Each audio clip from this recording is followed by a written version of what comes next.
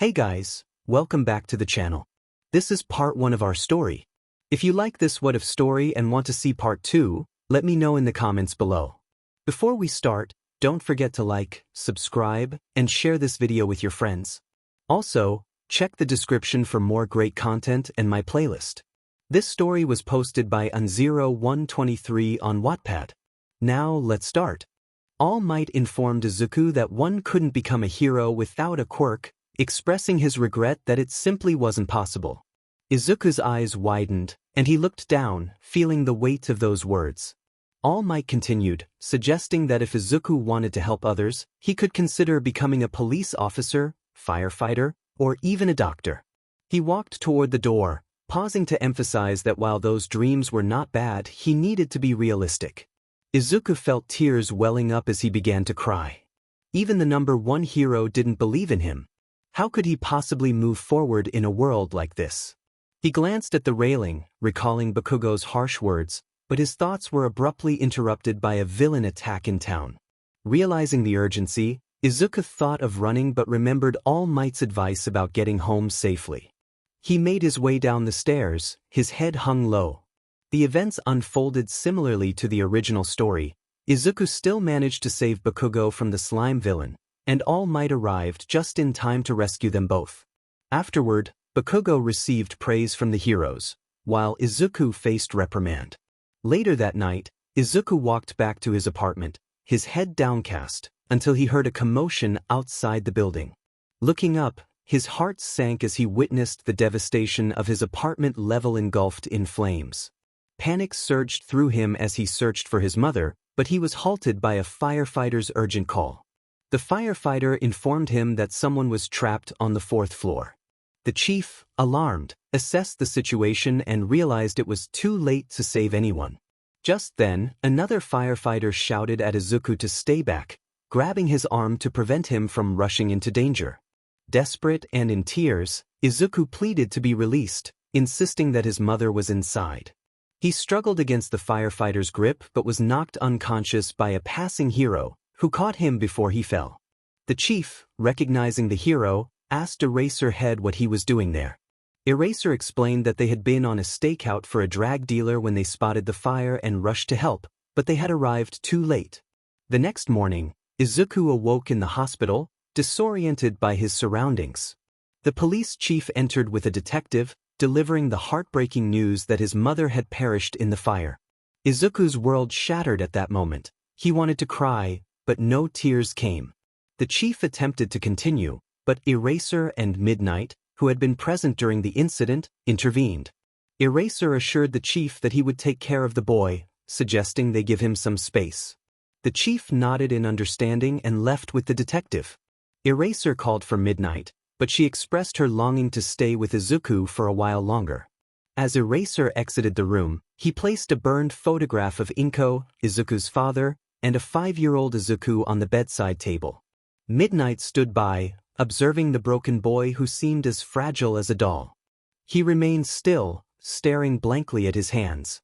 Taking a step closer, Midnight gently touched his shoulder, expressing her condolences for his loss and sharing her own experience of losing someone dear to her.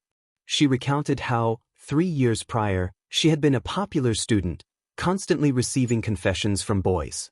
However, one boy named 𝐿𝐵𝐻𝐼 stood out. Despite her rejections, he never gave up, even when he faced his own struggles. Izuku's eyes flickered with interest as she spoke, prompting her to share more about 𝐿𝐵𝐻𝐼 and his tragic fate. After finishing her story, Midnight posed a question to Izuku, asking if she could inquire about his family. He nodded slowly, and she asked where he had been before returning home and which school he attended. Izuku answered, his voice barely above a whisper. Midnight then inquired if Izuku's mother or father had any siblings or cousins. He retrieved the burned family photo, pointing to 𝐀𝐮𝐭𝐡𝐨𝐫 and stammering that his mother had a sibling. Midnight encouraged him to share more, and he revealed the name and location of his mother's sibling. With a warm smile, Midnight praised his efforts and assured him that she would inform the chief about the information he provided. Just as she was about to leave, Izuku grasped her hand, looking up at her with a mix of hope and despair. Izuku felt a wave of uncertainty wash over him as he questioned whether he could still be a hero without a quirk. Midnight noticed the desperation in his eyes and responded truthfully. She gently held his cheek, looking deeply into his eyes, and assured him that a quirk did not define a hero. She pointed to his heart, emphasizing that true heroism came from within. Izuku's green eyes sparkled with renewed hope, and he embraced Midnight, allowing his emotions to flow as he cried on her shoulder. Midnight comforted him, feeling a mix of concern and curiosity about his life. She decided to share her observations with 𝗧𝗱 and investigate Izuku's background with her boss, 𝐀𝐮𝐭𝐡𝐨𝐫. The next day, they gathered at the graveyard where 𝗀𝐻𝐻 was buried beneath a cherry tree. Those in attendance included Izuku, 𝗧𝗱, Mike, Midnight, the 𝐴𝐵𝐾𝐻 family, and a few familiar faces. After the funeral, Izuku spoke briefly with Mitsuki and Masaru about his upcoming move to Kouh Town, where he would live with his mother's siblings. They expressed their understanding and reassured him that he could visit them anytime. Izuku nodded, noticing Katsuki standing behind their parents but choosing not to reach out, having decided he no longer wanted to be friends. Following that, Izuku, 𝗧𝗱, Midnight, and Mike visited his burned-down house to salvage anything they could find. Among the remnants, Izuku discovered a stash of family secrets, including a violin, some money, and a mysterious black feather. He had always found the feather peculiar, as his mother had kept it close. 𝗧𝗱 and Mike drove Izuku and Midnight to the airport. Upon arrival, Mike handed Izuku a pair of headphones, while 𝗧𝗱 gifted him his old goggles, encouraging him to return to Mizutofu and pursue his dream of becoming a hero. They promised to welcome him back and train him. Izuku's eyes lit up with gratitude as he realized he had met a true hero. However, a part of him questioned the reality of it all, yet he clung to their words, determined to keep moving forward. During their journey to Kouh Town, Midnight and Izuku engaged in conversation. He shared his favorite violin songs, and she listened intently. As they talked, Izuku gradually opened up about his darker secrets, like assembling pieces of a puzzle, unaware of Midnight's hidden records. Upon arriving in Kouh Town, Izuku gazed at his new surroundings, missing his mother. They reached the Hyudu residence, where he spotted two people waiting outside. He stepped out with Midnight and gathered his belongings while she conversed with the Hyudu family. Once he had everything, he approached them. Midnight asked if he had collected all his things, to which Izuku replied affirmatively, greeting Miki and Goru. Miki immediately embraced him, stroking his head and expressing her sorrow for his loss. Izuku returned the hug, feeling a mix of comfort and sadness. Goru reassured him that they would take care of him, and Izuku nodded appreciatively as Midnight bid farewell to the Hyudu family. Suddenly, a voice called out, interrupting the moment. Miki and Goru sighed as Izuku and Midnight turned to see a boy with short spiky brown hair and light brown eyes rushing toward them. Miki cautioned 𝐸𝐸 not to run into the road, but he stopped in front of them, breathless. He explained that he needed to get an autograph from a hero, specifically from Midnight, whom he idolized.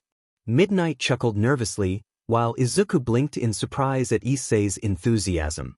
Miki and Goru exchanged exasperated glances at their son's antics. After a brief, awkward moment, Midnight signed an autograph for 𝐸𝐸, who was overjoyed. She then said goodbye to his parents and gave Izuku a gentle kiss on the cheek, leaving 𝐸𝐸 in awe. Once Midnight departed, 𝐸𝐸 grabbed Izuku's shirt, eager for an explanation, but instead received a playful reprimand from Miki. Miki ushered Izuku into their new home, calling for a family meeting with 𝐸𝐸 afterward. She showed Izuku to his new room on the second floor, close to 𝐸𝐸's. Grateful for the warm welcome, Izuku thanked Miki, who reassured him that he was now part of their family. She asked him to come downstairs once he finished unpacking, and he nodded in agreement. After unpacking, Izuku made his way to the living room, only to be met with an unexpected hug from 𝐸𝐸, who was in tears. Confused, Izuku glanced at Miki and Goru for clarification, but they simply sighed in response. Izuku thought to himself about the unexpected twists his life had taken. 1 year later, at Kouh Academy, 𝐸𝐸 lay on the grass with his friends Matsuda and Motohama, gazing up at the clouds. With a deep sigh, 𝐻𝐮𝐬 expressed his longing for a romantic encounter, prompting 𝗏𝗠𝗱 to enthusiastically agree with him. 𝐻𝐮𝐬 sat up and called to his friends, 𝗏𝗠𝗱 and 𝗏𝗠𝗧𝗏, asking why they had enrolled in this school. 𝗏𝗏 explained that Kouh Academy had just transitioned from an all-girls school to a co-ed institution, resulting in an overwhelming ratio of girls to boys, with many appealing girls from overseas attending. 𝗏𝗠𝗱 added that this made them valuable, suggesting they would be popular without any effort on their part. 𝐻𝐮𝐬 stood up alongside his friends, declaring that they would get a ℎ𝗧𝗟𝗓𝗏. 𝗏𝗠𝗱 enthusiastically agreed, envisioning a successful life filled with romantic possibilities. As karate girls passed by, shouting encouragement, 𝐻𝐮𝐬 and his friends admired them. However, 𝐻𝐮𝐬 lamented that despite being in their second year of spring, none of them had yet to find a girlfriend. 𝗏𝗏 expressed his frustration, feeling empty about their situation. 𝐻𝐮𝐬 insisted that giving up would mean losing, and they still had a chance. His motivational moment was interrupted by the excited squeals of girls nearby, who were calling out to a boy named 𝗀𝐻𝐵. The girls asked 𝗀𝐻𝐵 what he was doing next and invited him to karaoke, but he politely declined, explaining he had club activities. The girls expressed their disappointment, but 𝗀𝐻𝐵 thanked them for the invitation with a charming smile, causing them to blush. 𝗏𝗏 commented on 𝗀𝐻𝐵's popularity, noting he was an idol among the girls, while 𝗏𝗠𝗱 added that he was the enemy of all boys, including themselves. 𝐻𝐮𝐬 expressed his annoyance at how 𝗀𝐻𝐵 seemed to attract girls effortlessly, attributing it to his looks, intelligence, and good nature. 𝗏𝗠𝗱 checked his watch and announced that it was almost time for something, grabbing his bag and heading off. 𝐻𝐮𝐬 asked where he was going, but 𝗏𝗠𝗱 just gave a goofy thumbs up before leaving. In the girls' kendo locker room, 𝗏𝗠𝗱 exclaimed about Murayama's impressive figure, while 𝗏𝗏 provided her measurements. 𝗏𝗠𝗱 then admired 𝐀𝐮𝐭𝐡𝐨𝐫's legs, and 𝗏𝗏 shared her measurements as well.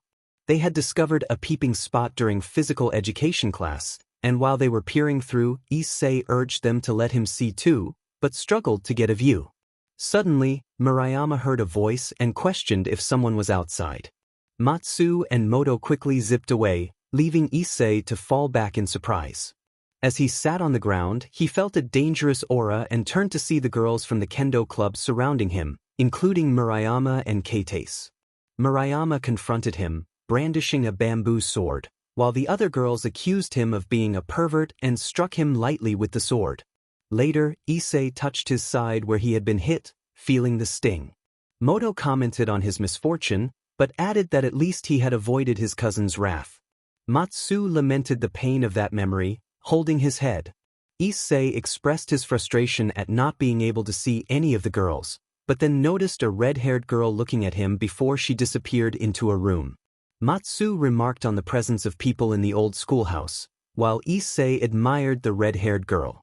𝗏𝗏 identified her as 𝗂𝐻 𝗓𝗏, the president of the Occult Research Club, and noted her impressive measurements and rumored European heritage. 𝐻𝐮𝐬's eyes widened as he realized the time and hurried to grab his bag and run toward the gate, prompting 𝗏𝗠𝗱 and 𝗏𝗏 to worry about his cousin waiting for him. Inside the old house, 𝗂𝐻 was playing chess alone when 𝗀𝐮𝐻𝐿, an appealing young woman with long black hair and violet eyes, approached her. 𝗂𝐻 mentioned the boy they had just seen, prompting 𝗀𝐻𝐿 to ask for clarification. 𝗂𝐻 pointed out that she meant the boy in the middle, hinting at her interest in him. 𝗀𝐻𝐿 noted that Hyudu was in class 2B and glanced at 𝗂𝐻, curious about her thoughts on him. 𝗂𝐻, seemingly lost in her own thoughts, suggested that she might have been imagining things but pointed out that Hyudu's cousin was nearby, engaged in conversation. As she placed a pawn near a king in their game, she declared checkmate and stood up, surprising 𝗀𝐻𝐿 with her victory. 𝗀𝐻𝐿 remarked on 𝗂𝐻's win, expressing her surprise, while 𝗂𝐻 explained that the problem had been easy for her. 𝗀𝐻𝐿 acknowledged that she had increased the difficulty, and 𝗂𝐻 expressed her hope that the next challenge would be tougher. On a pedestrian bridge, a boy with dark green fluffy hair and symmetrical freckles played his violin. After finishing, he heard someone call his name. 𝐻𝐮𝐬, breathing heavily, approached him, eager to know if he had made it in time. Izuku informed him that he had already completed his task, which made 𝐻𝐮𝐬 feel a bit disheartened. Before Izuku could continue, 𝐻𝐮𝐬 interrupted, nervously denying any rumors he had heard. Izuku, with an innocent smile, lifted his violin case, teasingly suggesting that 𝐬𝐮𝐸 should be careful. 𝐬𝐮𝐸 stumbled forward, smoke humorously rising from his head. After a moment to recover, the two boys walked home, discussing their school life. 𝐬𝐮𝐸 lamented the lack of romantic opportunities, while Izuku advised him to change his approach. 𝐬𝐮𝐸 then playfully questioned Izuku's own preferences, which made Izuku pout in annoyance. Their conversation was interrupted by two girls, one with black hair and the other with blonde, who approached them. They confirmed that they were from Kouh Academy and expressed their admiration for Izuku and 𝐬𝐮𝐸. The blonde girl revealed that her friend, Yuma, had developed feelings for Izuku, while she herself had feelings for 𝐬𝐮𝐸. Both girls shyly asked if they would go out with them, leaving the boys in shock. The next morning, an alarm rang, and a red-haired girl urged someone to wake up, playfully threatening to kiss them if they didn't. Izuku yawned and noticed 𝐬𝐮𝐸 cheerfully getting up. Though he found 𝐬𝐮𝐸's eagerness amusing, he couldn't help but feel a bit strange about it. He pondered how to gently reject Yuma, feeling unworthy of her affection. Later, after school, Izuku, 𝐬𝐮𝐸, Yuma, and 𝐀𝐮𝐿 walked together. 𝐬𝐮𝐸 bragged to his friends about his new girlfriend, eliciting jealous reactions from Matsu and Moto. Izuku chuckled at the scene and decided to take Yuma aside for a more serious conversation. On the pedestrian bridge, Izuku addressed Yuma, asking her to break up with him. Yuma was taken aback, confused about why he would say such a thing. Izuku quickly reassured her that she hadn't done anything wrong. It was his own feelings of inadequacy that troubled him. He expressed that he didn't feel deserving of her, comparing himself unfavorably to other boys. Yuma gently countered his self-doubt, reminding him of his talent with the violin. Izuku, feeling unworthy, insisted that many were better than him and that he had never played a joyful song in his life. Yuma took his hands, encouraging him to play from his heart. She recalled how his music on the bridge had resonated with her, as if he were calling for help. Izuku's eyes widened as Yuma gently touched his cheek. She expressed her longing to help him rediscover his joy, and Izuku felt a wave of gratitude wash over him. He wiped away a tear and smiled warmly at her, feeling a blush creep onto his cheeks as he shyly requested her to take care of him on their upcoming date. Yuma giggled, teasing him playfully about wanting to go with her, which only made Izuku blush even more. She leaned in and kissed him on the cheek before stepping back, reminding him to meet her the next day at a specific address. Izuku nodded, watching her walk away, his heart racing at the thought of the kiss. As he made his way home, he couldn't help but think about how a girl had just kissed him. Meanwhile, a girl with white hair and golden eyes observed Izuku from a distance, liking her ice cream. In the garden fountain, Yuma arrived with a smile, but it was interrupted by a voice that teased her about her happy demeanor. Turning around, she saw 𝐀𝐮𝐿 approaching. They exchanged light banter about their respective dates, with 𝐀𝐮 boasting about how easily her target agreed to go out with her. Yuma shared her own experience, mentioning how she had to smooth-talk Izuku into accepting their date. They both laughed, imagining the expressions on their targets' faces when they would confront them. Inside an old house, Rias acknowledged the situation, while a white-haired girl remarked on her intuition. Aquino inquired about their next steps, and Rias indicated that she would make some preliminary preparations, but ultimately, it would depend on the two boys. The next day at the shopping mall, 𝐬𝐮𝐸 and Izuku waited excitedly for their girlfriends. 𝐬𝐮𝐸, dressed in a gray shirt and breathes, was eager to impress, while Izuku simply nodded in agreement. They noticed a girl handing out flyers, and 𝐬𝐮𝐸 accidentally took one, expressing his surprise at the offer it presented, which sounded suspicious to him. Just then, Yuma and 𝐀𝐮𝐿 approached them. 𝐬𝐮𝐸 greeted them cheerfully, while 𝐀𝐮𝐿 apologized for being late. They all exchanged pleasantries, and Izuku complimented Yuma on her appearance, making her smile in return. Yuma playfully took Izuku's hand, leading him into a dress shop where she picked out clothes for him to try on. They shared laughter and compliments, and Izuku secretly bought a gift for Yuma, planning to surprise her after their date. Later, they enjoyed lunch at an ice cream shop, with Yuma ordering a parfait and Izuku choosing strawberry. As they ate, Izuku noticed other boys staring at Yuma, which made him uncomfortable. He quickly draped his jacket around her shoulders, causing her to look confused. When he glared at the boys, they quickly looked away, and he explained his actions to Yuma, feeling his heart race. In the evening at the park, they walked and talked about their day. Yuma expressed how much fun they had, and Izuku confirmed it, feeling a surge of happiness. He then revealed that he had written a song for her, which made her eyes sparkle with excitement. Nervously, he took out his violin, hoping she would enjoy the performance.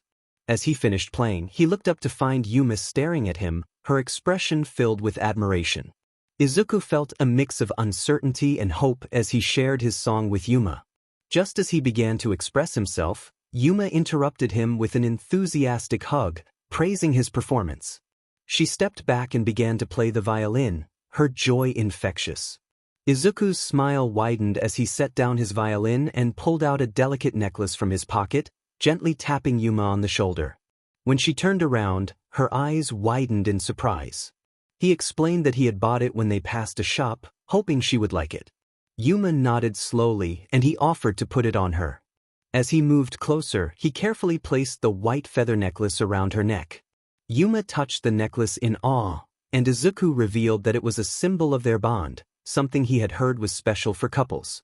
Yuma's eyes sparkled with emotion, and before he could finish his thought, she pulled him close and kissed him. Izuku was taken aback for a moment, but he soon closed his eyes and embraced her, savoring the warmth of the moment. After a brief pause, Yuma stepped back, looking down with a hint of regret. She murmured an apology, and Izuku responded softly. Suddenly, a sharp pain pierced through Izuku's chest, and he looked down to see a glowing red spear emerging from him. He fell to the ground, leaning against the foundation, confusion and shock filling his eyes as he whispered Yuma's name. Yuma, with a heavy heart, apologized, explaining that their existence posed a threat to her kind. With a pair of fallen angel wings unfurling behind her, she revealed that they had taken action to eliminate that threat. As Izuku reached out to her, she knelt beside him, thinking he wanted to say something harsh. Instead, he gently wiped away her tears, urging her not to cry. His voice was weak as he expressed gratitude for the happiness she had brought him, even in his final moments. Yuma, holding his hand tightly, felt her heart ache as she saw the light fading from his green eyes. She cried, cradling his lifeless body in her arms, her wings enveloping them both in a protective embrace. After a moment, Midor approached Rei, insisting they needed to leave. Rei hesitated, unwilling to abandon Izuku, but they both knew they had to report back. She took the necklace from Izuku before they flew away. As Izuku lay there, he saw blurry images of Yuma and Midor disappearing into the distance. He thought about how he should have warned 𝐬𝐮 about his bad feelings, regretting his curiosity as he coughed up blood. He hoped someone would save 𝐬𝐮 in time and whispered apologies to his aunt and uncle. Just as he felt himself slipping away, a light emerged from his pocket, transforming into a magic circle beside him. A red-haired girl named Rias appeared, looking down at him with a knowing smile. She told him that if he was dying, she would take him with her, revealing her devil wings. Izuku was taken aback, contemplating the situation. Rias knelt beside him, gently touching his cheek and promising that he would devote his life to her along with 𝐬𝐮. Time passed, and Izuku awoke to the sound of a girl's voice urging him to wake up or face dire consequences. He groaned, finding the noise irritating, and sat up, realizing it had all been a strange dream. At school, 𝐬𝐮 was puzzled as he discussed Midor and Yuma with his friends, who insisted they had never heard of them. 𝐬𝐮 was adamant that he had her contact information, but when he checked his phone, he found no trace of her. Just then, he felt someone watching him and looked up to see Rias standing there, surprising his friends. 𝐀𝐮 admired Rias, noting how wonderful she always looked. Every girl in school shared this admiration. As Rias walked down the stairs, she passed 𝐬𝐮 with a smile, causing his face to turn bright red. Matsuda exclaimed about Rias's beauty, while Motohama added that her air of refinement made her seem unapproachable, which was amazing. Both boys turned to 𝐬𝐮, who continued to stare at Rias until she was out of sight. Matsuda teased 𝐬𝐮, suggesting he must have wild fantasies about Rias. 𝐬𝐮𝐬 protested, insisting he was different, but Matsuda interrupted him, inviting him to come over later to enjoy his special collection. Murayama and 𝐀𝐮𝐭𝐡𝐨𝐫 walked past the boys, commenting on their despicable behavior. Murayama then called out to 𝐬𝐮𝐬, who jumped in surprise. She asked if he had seen Izuku, to which 𝐬𝐮𝐬 replied he hadn't. With a sigh, Murayama continued walking, 𝐀𝐮𝐭𝐡𝐨𝐫 following behind her. In the hallway, 𝐀𝐮𝐭𝐡𝐨𝐫 inquired about Murayama's search for Izuku. Murayama explained that her old music club wanted to ask Izuku to join. 𝐀𝐮𝐭𝐡𝐶 noted that since they were in the same class, it made sense for them to ask her for a favor. Murayama agreed but mentioned that after a recent incident, she felt she should help Izuku more. 𝐀𝐮𝐭𝐡𝐶 wished her good luck, knowing she would need it. Meanwhile, Izuku walked out of school, filled with questions about why no one seemed to remember Yuma-chan, not even their neighbors. He wondered if it was some kind of quirk she used, but the scale of it seemed impossible. Another question arose in his mind. Why hadn't Yuma and Midori erased 𝐬𝐮𝐬's memory, or his own? That night, after having dinner with Hayato, Izuku prepared for bed but grew worried when 𝐬𝐮𝐬 hadn't returned from Matsuda's house. He asked Hayato's parents for permission to look for him, which they granted. At the park, Izuku arrived at the location where 𝐬𝐮𝐬's phone indicated he was. On his way, he noticed the appealing night view and realized his senses were heightened. Initially alarmed that his quirk had manifested, he pushed the thought aside and continued searching for 𝐬𝐮𝐬. Suddenly, 𝐬𝐮𝐬 called out to him, running toward him. Izuku was relieved to see him but was cut off when 𝐬𝐮𝐬 shouted for him to look behind. Feeling a presence touch his shoulder, Izuku turned to see a figure with black wings. Don, the figure, summoned a dark spear in his hand and declared his intent to attack. 𝐬𝐮𝐬 instinctively pushed Izuku out of the way, taking the spear in his chest. Izuku's eyes widened in shock as he fell to his knees, staring at 𝐬𝐮𝐬. 𝐬𝐮𝐬, in a weak voice, urged Izuku to get away. Don expressed surprise at 𝐬𝐮𝐬's sacrifice, pulling the spear from his chest. 𝐬𝐮𝐬 cried out in pain, clutching his wound. Izuku snapped back to reality and crawled toward 𝐬𝐮𝐬, calling his name. Don taunted them, raising his spear to strike both boys, but suddenly, a loud clang interrupted him. 𝐬𝐮𝐬 noticed that Izuku's arms had transformed into claws, glowing with red vines. 𝐬𝐮𝐬 questioned if this was a quirk. Izuku seized the opportunity, grabbing Don's spear and attempting to slash at him. Don leaped back, creating two spears in his hands, declaring that he didn't know what kind of power Izuku possessed, but he would not survive. Don threw both spears at Izuku, but they were destroyed by a dark energy. Confused, Don wondered what was happening. A red glow appeared beside 𝐬𝐮𝐬 and Izuku, and they turned to see Rias standing protectively over them. Rias warned Don not to harm the boys. 𝐬𝐮𝐬, recognizing her, fainted on the ground. Don, frustrated, demanded to know who she was, but before he could act, a white-haired girl appeared in front of Rias and kicked his spear back at him. Don cursed and charged forward, but was struck by a bolt of yellow lightning that appeared in front of Rias and the white-haired girl. Akino, with a circle of lightning in her hand, confronted Don, who realized Rias was from the 𝐀𝐮𝐻 family. Rias introduced herself, asking Don how he was doing, her tone playful yet firm. Don chuckled as he dusted off his hat, surprised to discover that this was the jurisdiction of the 𝐀𝐮𝐻 family's heiress apparent. He adjusted his hat and inquired if both individuals were part of her household. Rias declared that she would not show mercy if he interfered with either of them. Don apologized for the day's events but warned her to keep her servants in check, or someone like him might take it upon himself to confront them during his stroll. Rias thanked him for the advice but issued a stern warning in return, stating that he would not escape unscathed if he repeated such behavior. She glared at him, her resolve clear.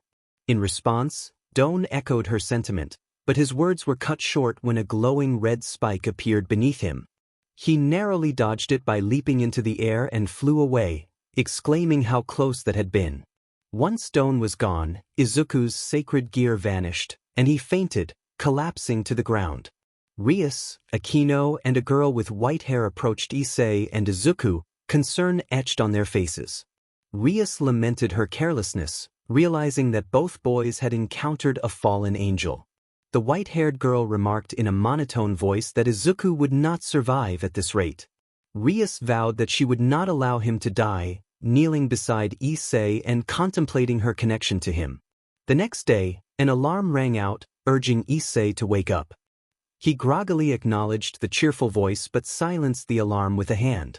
Feeling unusually heavy, he recalled a strange dream and, upon sitting up, was startled to find himself naked.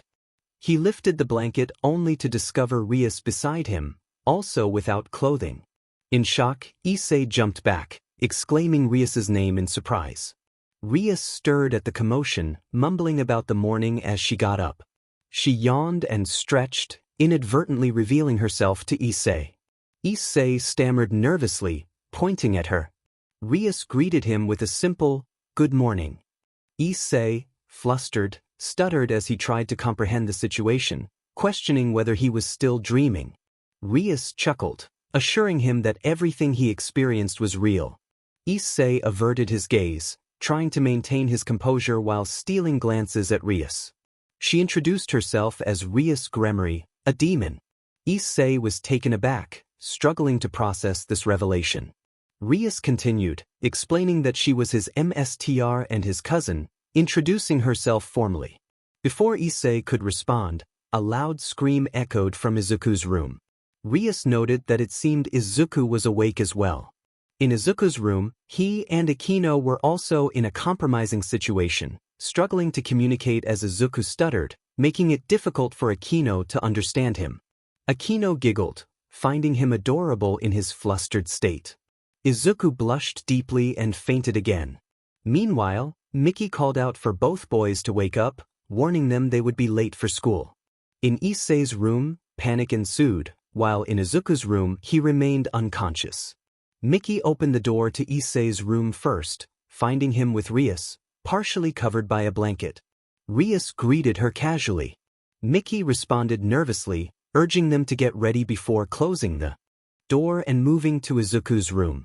She found Izuku in 𝐬𝐻𝐭𝐡𝐨𝐫's arms, both still without clothing. 𝐬𝐻𝐭𝐡𝐨𝐫 cheerfully greeted her. Miki stammered a response and quickly closed the door. As she rushed downstairs, she called for her husband, Goru, who was puzzled by the commotion and wondered if 𝐬𝐮𝐸 had been caught inappropriately. 𝐬𝐮𝐸 fainted at the mention. Miki exclaimed about the presence of a foreign woman and an appealing Japanese girl in their son's rooms. Goru urged her to calm down, questioning the nature of the situation. In Izuku's room, 𝐀𝐮𝐭𝐡𝐨𝐫 looked down at him with a sad expression, gently touching the scars on his body. In 𝐬𝐮𝐸's room, Ries, now dressed in her underwear, touched 𝐬𝐮𝐸's cheek, compelling him to look at her. She remarked that the world was full of mysteries. 𝐬𝐮𝐸, still bewildered, asked about the demons she mentioned. Ries confirmed her identity as a demon and the 𝐴𝐻𝐻𝐃 of both boys, asking if she could call him 𝐬𝐮𝐸. As their conversation unfolded, a distant voice echoed in the skies. Izuku and 𝐬𝐮𝐸 rushed forward, a magic circle appearing beneath them. They glanced back to see Ries standing atop a ruined castle, silhouetted against a red moon. The voice of terror danced ominously in the air, accompanied by the presence of Kaneko, Kiba, and 𝐀𝐮𝐸. "I don't want to show you my weaknesses." Isa looked up at the sun while Rainier gazed at the moon. They both turned to the camera, and the scene shifted to Izuku, who leaned against colorful glass, a single tear rolling down his cheek. Determined, he pushed forward, shaking off the wind that tried to deter him. Izuku and 𝐬𝐮𝐸 dodged 3 spears shot down by a fallen angel. 𝐬𝐮𝐸 struck a girl fallen angel with a punch, while Izuku slashed at Dawn, another fallen angel. They both faced the army of fallen angels, unleashing their sacred gear in a flurry of punches and slashes. The scene changed to Izuku in 𝐀𝐮𝐸's arms, and 𝐬𝐮𝐸 in Rias's embrace. As he unleashed his impulses, determination surged within him. Izuku and 𝐬𝐮𝐸 appeared, their sacred gear glowing. Izuku vanished from the scene, and Ries appeared beside 𝐬𝐮𝐸. He wouldn't forget those eyes. Lines were drawn and erased, shaking his memories, replacing this moment with tomorrow. In the light tracing the circle of death and rebirth, crimson gently trickled down his cheek.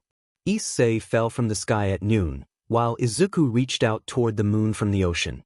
The scene shifted to 𝐬𝐮𝐸 being saved by Rias and Izuku being lifted by many hands reaching out to him. 𝐬𝐮𝐸 found himself in Rias's arms, and Izuku was surrounded by the 𝐻𝐻𝐻𝐸 team, Midnight, 𝐀𝐮𝐱𝐷𝐫, Mike, and the Hyudu family. The scene changed to Izuku and 𝐬𝐮𝐸 looking at each other, then they crossed their sacred gear, with the title Highschool DxD appearing. In the Kouh Academy yard, a boy exclaimed in surprise, while another expressed disbelief at the sight of 𝐬𝐮𝐸. Murayama was shocked to see 𝐬𝐮𝐸, and Keitas called out to Rias and Aquino. Rias, Aquino, 𝐬𝐮𝐸, and Izuku walked together to school. 𝐬𝐮𝐸 noted that it was no wonder people were surprised. They were arriving with Rias 𝐻𝐻𝐻𝐸 and Aquino 𝐻𝐻𝐻𝐸, the school's most popular idols.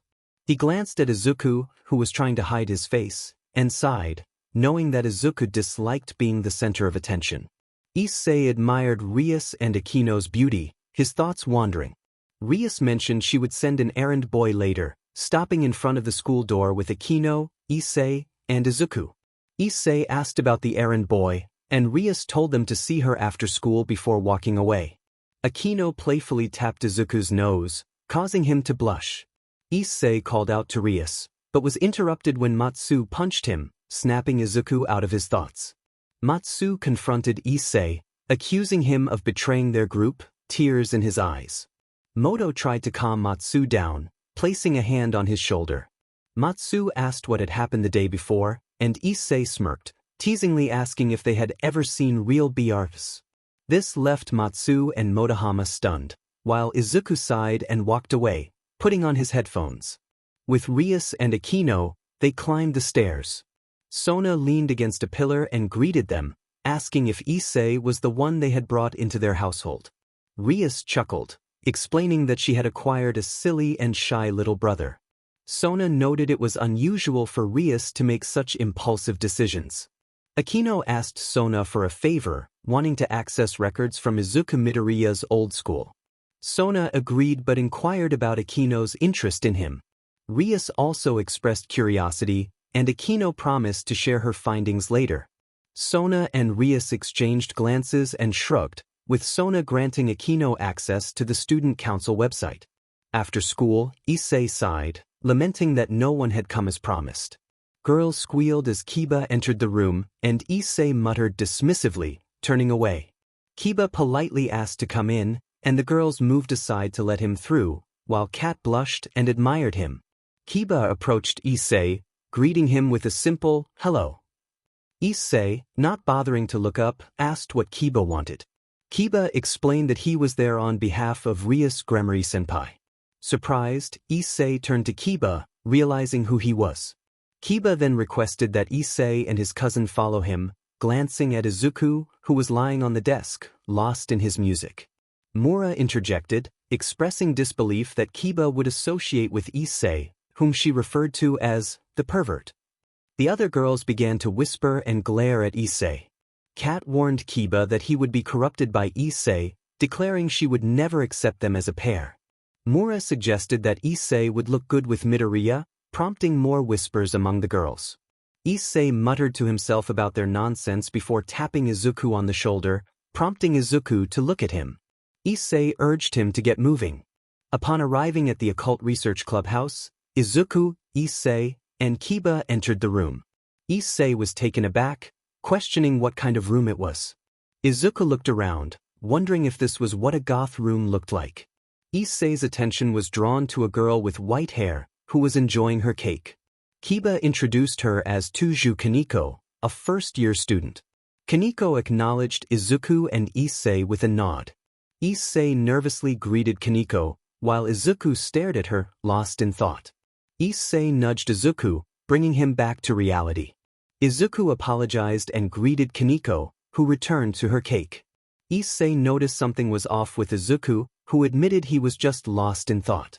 𝐬𝐮𝐸 looked around the room, while Izuku suddenly recalled a flash of memory, wondering if he had met Kaneko before, but dismissed the thought. 𝐬𝐮𝐸's attention was caught by a appealing piece of art, exclaiming about its beauty. Izuku turned to see what 𝐒𝐮𝐸 was looking at, his face turning red as he caught a glimpse of a girl behind a half-drawn curtain in the shower room. Aquino called out to Rias from outside the shower, announcing she had brought her clothes. Rias thanked 𝐻𝐻𝐻𝐿 from inside the shower. 𝐒𝐮𝐦𝐦𝐚𝐫𝐲, excited, exclaimed Rias's name, but was abruptly silenced by a swift chop to the head, knocking him out. Izuku looked around at the stunned faces in the room. Feeling embarrassed, Izuku apologized for 𝐒𝐮𝐴Y's behavior, bowing deeply. Everyone stared at them in surprise. Rias emerged from the shower room, now dressed, and noticed 𝐒𝐮𝐴Y on the ground with Izuku still bowing. She asked what had happened. After a brief moment, Izuku gave 𝐒𝐮𝐴Y another light chop to the head to wake him. Rias cleared her throat, welcoming both boys to the occult research club. They responded in unison, a bit overwhelmed. Rias explained that the occult research club was merely a facade, a hobby rather than what it seemed. 𝐒𝐮𝐴Y questioned what she meant. Izuku clarified that it was just a cover for something more significant. Rias confirmed Izuku's understanding, asking if she could call him by his first name, to which he shyly agreed. 𝐒𝐮𝐴Y muttered about Rias acting cute again, prompting 𝐾𝐮𝐭𝐡𝐨𝐫 to step on his foot, causing him to yelp in pain. Rias asked what was wrong, to which 𝐒𝐮𝐴Y nervously replied that it was nothing, glancing at 𝐾𝐮𝐭𝐡𝐨𝐫, who continued to eat without a care. Rias then revealed that they were demons. 𝐒𝐮𝐴Y hesitated, questioning if they were sure they weren't just quirks. Rias firmly stated that they did not possess quirks and explained that the black-winged figure they had seen was a fallen angel. Izuku and 𝐒𝐮𝐴Y's eyes widened in realization. Rias elaborated that angels, once serving God, had been cast down to the underworld due to their wicked nature. They sought to manipulate humans and destroy demons, leading to a constant struggle for demons in the underworld, or hell as humans referred to it. She explained that there were also angels sent by God to hunt demons, creating a three-way standoff. 𝐒𝐮𝐴Y and Izuku exchanged glances, unsure if they were following her train of thought. Rias asked if they understood so far. 𝐒𝐮𝐴Y admitted that it was becoming too complicated for high school students like them, and Izuku nodded in agreement. Rias mentioned 𝐴𝐻𝐻𝐿 and 𝐴𝐻𝐻𝐿, causing both boys to freeze in surprise. She reminded them of their date, prompting memories of happier times with the girls. 𝐒𝐮𝐴Y insisted that they shouldn't treat it as some occult phenomenon, but his words were cut off when Rias threw pictures of Izuku with 𝐻𝐻𝐻𝐿 and 𝐒𝐮𝐴Y with 𝐴𝐻𝐻𝐿 onto the table. Izuku exclaimed 𝐻𝐻𝐻𝐿's name, while 𝐒𝐮𝐴Y called out 𝐴𝐻𝐻𝐿's. Rias pointed to the picture of 𝐒𝐮𝐴Y with 𝐴𝐻𝐻𝐿, confirming her identity and leaving 𝐒𝐮𝐴Y bewildered by how she had obtained the photos. Rias explained that the girls they encountered were fallen angels, the same faction that had attacked them the previous night. 𝐒𝐮𝐴Y expressed his confusion about Matsuda and Motohama not remembering anything, but Rias interrupted, revealing that the fallen angel had used her powers to erase their memories, just as Rias had done with 𝐒𝐮𝐴Y's parents. During a flashback at the Hyudu household, 𝐒𝐮𝐴Y, Izuku, 𝐻𝐻𝐻𝐿, and Rias were having dinner. Miki, 𝐒𝐮𝐴Y's mother, asked about an upperclassman friend, while Goro, 𝐒𝐮𝐴Y's father, mentioned hearing rumors about 𝐒𝐮𝐴Y and Rias. Rias casually remarked that this was how kids interacted these days, which left 𝐒𝐮𝐴Y feeling bewildered by his parents' unexpected understanding. Izuku pondered whether this was related to Rias's quirk, and Rias explained that the fallen angels' mission had been to eliminate them. She revealed that they were targeted because they might possess a dangerous object within them, specifically a sacred gear, a powerful ability that could threaten demons and fallen angels alike. 𝐻𝐻𝐻𝐿 elaborated that sacred gears were more powerful than quirks and were possessed by many great figures throughout history. Izuku questioned if someone with a quirk could also have a sacred gear, but Rias admitted that no one had been found with both yet. As Izuku took notes, 𝐾𝐮𝐭𝐡𝐨𝐫 accidentally leaned on his shoulder, causing him to blush and stop muttering. Rias instructed 𝐒𝐮𝐴Y to raise his left hand and focus on the strongest being he could imagine. However, 𝐒𝐮𝐴Y's concentration was interrupted when he caught a glimpse of Rias's attire, leading to a humorous moment where Izuku called him out for his distraction.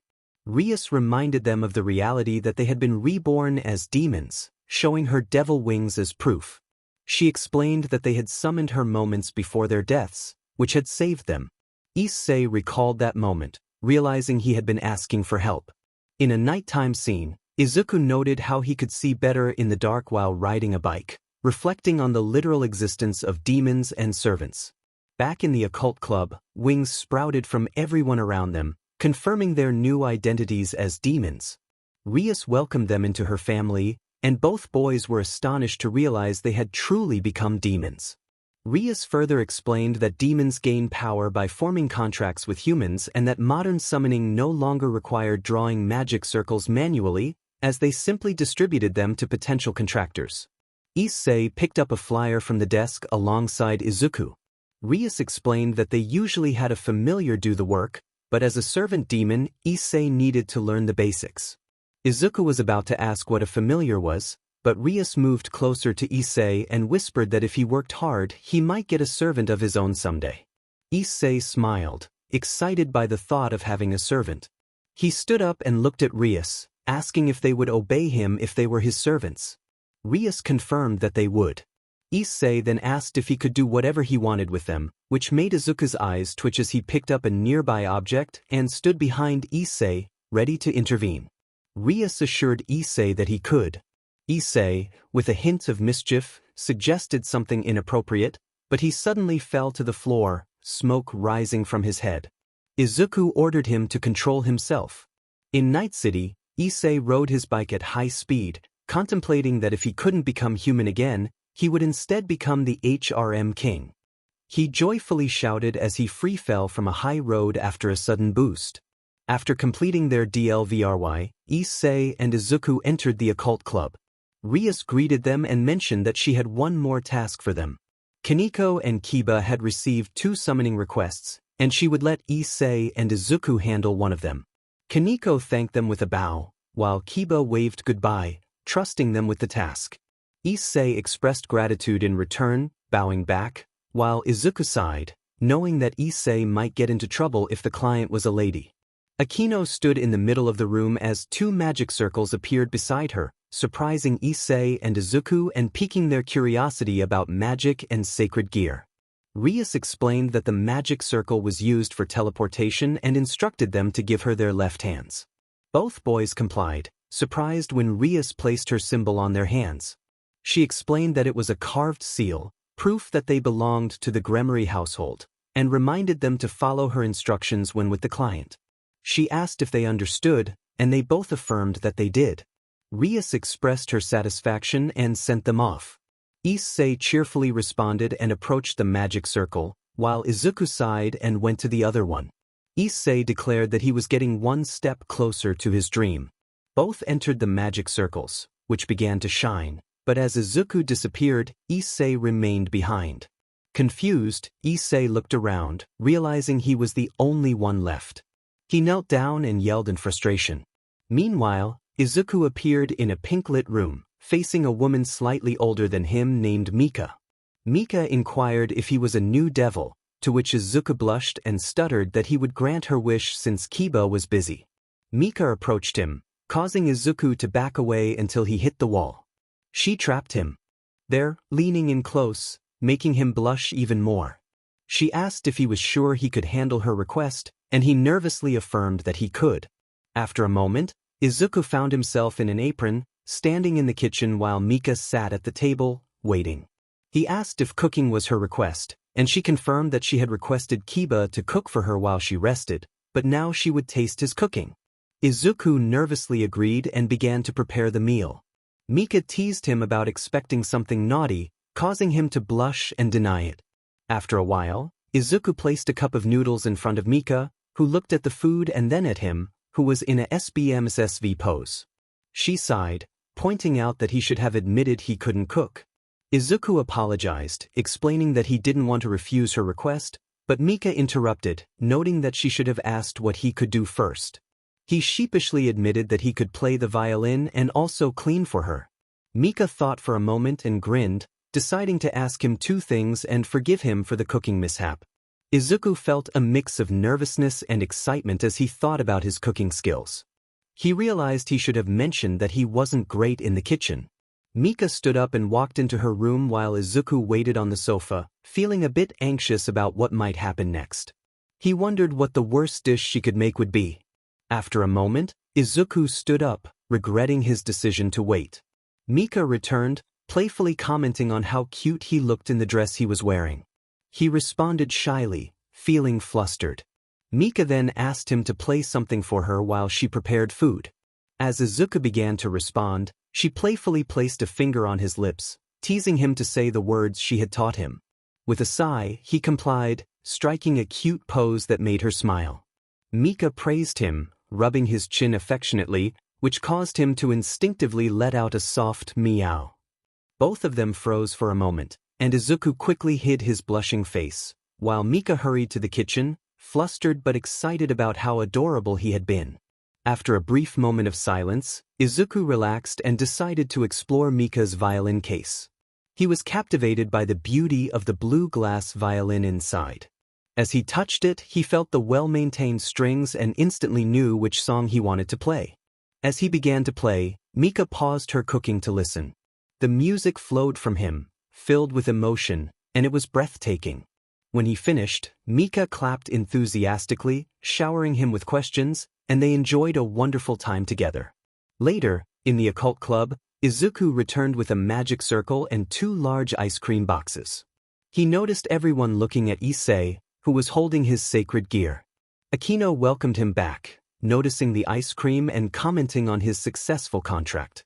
Curious, Izuku pointed at 𝐬𝐮𝐸's arm and asked what it was. Rias explained that it was his sacred gear, activated during an encounter with a fallen angel. Izuku was surprised and immediately checked if 𝐬𝐮𝐸 was hurt, but 𝐬𝐮𝐸 reassured him, showing off his gear. Izuku thought it was cool but wondered how 𝐬𝐮𝐸 would deactivate it. Rias chimed in, explaining that he just needed to think about deactivating it, and soon 𝐬𝐮𝐸's gear disappeared, leaving him relieved. 𝐻𝐻𝐿 was impressed, and 𝐬𝐮𝐸 blushed nervously at the attention. Rias then expressed her concern, stating that fallen angels now knew 𝐬𝐮𝐸 was alive, and it was only a matter of time before they discovered Izuku was also alive. 𝐬𝐮𝐸 apologized, but Izuku reassured him that he was used to danger, having faced many villains in his past. Rias instructed both boys to look out for each other, emphasizing that Izuku should stay close to 𝐬𝐮𝐸. 𝐬𝐮𝐸 protested, worried that being near him would bring more trouble than he could handle. Rias was taken aback, and the others looked at him curiously. Izuku placed a hand on 𝐬𝐮𝐸's shoulder, smiling innocently and playfully asking him to take care of him, which made 𝐬𝐮𝐸 gulp nervously. The next day, Izuku sighed, realizing that 𝐬𝐮𝐸 had escaped him. After waking up, he had called for 𝐬𝐮𝐸, only to find out he was staying with Matsuda. Izuku muttered to himself that he needed to learn how to activate his own sacred gear, glancing at his left hand, wondering how it could be activated. Suddenly, he heard a girl yell and turned to see her showing something unexpected. Blushing, he recognized her and looked away, feeling flustered. He approached her, extending a hand and asking if she was okay. Their eyes met, and Izuku felt a sudden rush of affection, thinking she was incredibly cute. Asia snapped out of her thoughts and expressed her gratitude, grabbing Izuku's hand as he lifted her up. The wind swept past them, causing Asia's nun cape to flutter, allowing them to see each other more closely. Their eyes reflected the same color. Asia hesitated, feeling shy. Izuku suddenly realized he was still holding her hand. He quickly apologized and let go, both of them blushing. Another gust of wind blew, causing Asia's cape to billow. Izuku dashed after it and caught it. He wondered why his heart was racing so fast. He had never felt this way, even when he was with Yama. He handed the nun cape back to Asia, who thanked him warmly and put it on. Izuku responded with a shy acknowledgement, preparing to leave. Asia hesitated again, stopping him with a sweet smile as she admitted she had gotten lost and needed help. Izuku's heart raced at her smile. In the distance, a voice called out, echoing in the skies. Izuku and 𝐬𝐮𝐸 ran as a magic circle appeared beneath them. They turned to see Rias looking down at them from a ruined castle, the red moon illuminating the scene. A sense of dread hung in the air. Kaneko, Kiba, and Akino were also present. Asia looked up at the sun, while Rainier gazed at the moon. Both turned their attention to the camera, and the scene shifted to Izuku leaning against a colorful glass window, a single tear tracing down his cheek. He pushed forward, shaking off the wind that threatened to deter him. Izuku and 𝐬𝐮𝐸 dodged 3 spears shot down by fallen angels. 𝐬𝐮𝐸 punched one of the fallen angels, while Izuku slashed at another. Together, they faced the army of fallen angels, using their sacred gear to fight back. The scene changed to Izuku and Issei in bed, surrounded by their respective companions. As they unleashed their impulses, determination surged within them. Izuku and Issei appeared with their sacred gear activated, and Izuku vanished from the scene as Rias appeared beside Issei. He would never forget those eyes. Memories swirled around him, lines being drawn and erased, replacing the present moment with thoughts of tomorrow. In the light tracing the 𝐶𝐻𝐶L of death and rebirth, crimson tears fell gently down his cheek. Issei fell from the sky, while Izuku reached out toward the moon. The scene shifted again, showing Rias saving Issei and many hands reaching out to rescue Izuku.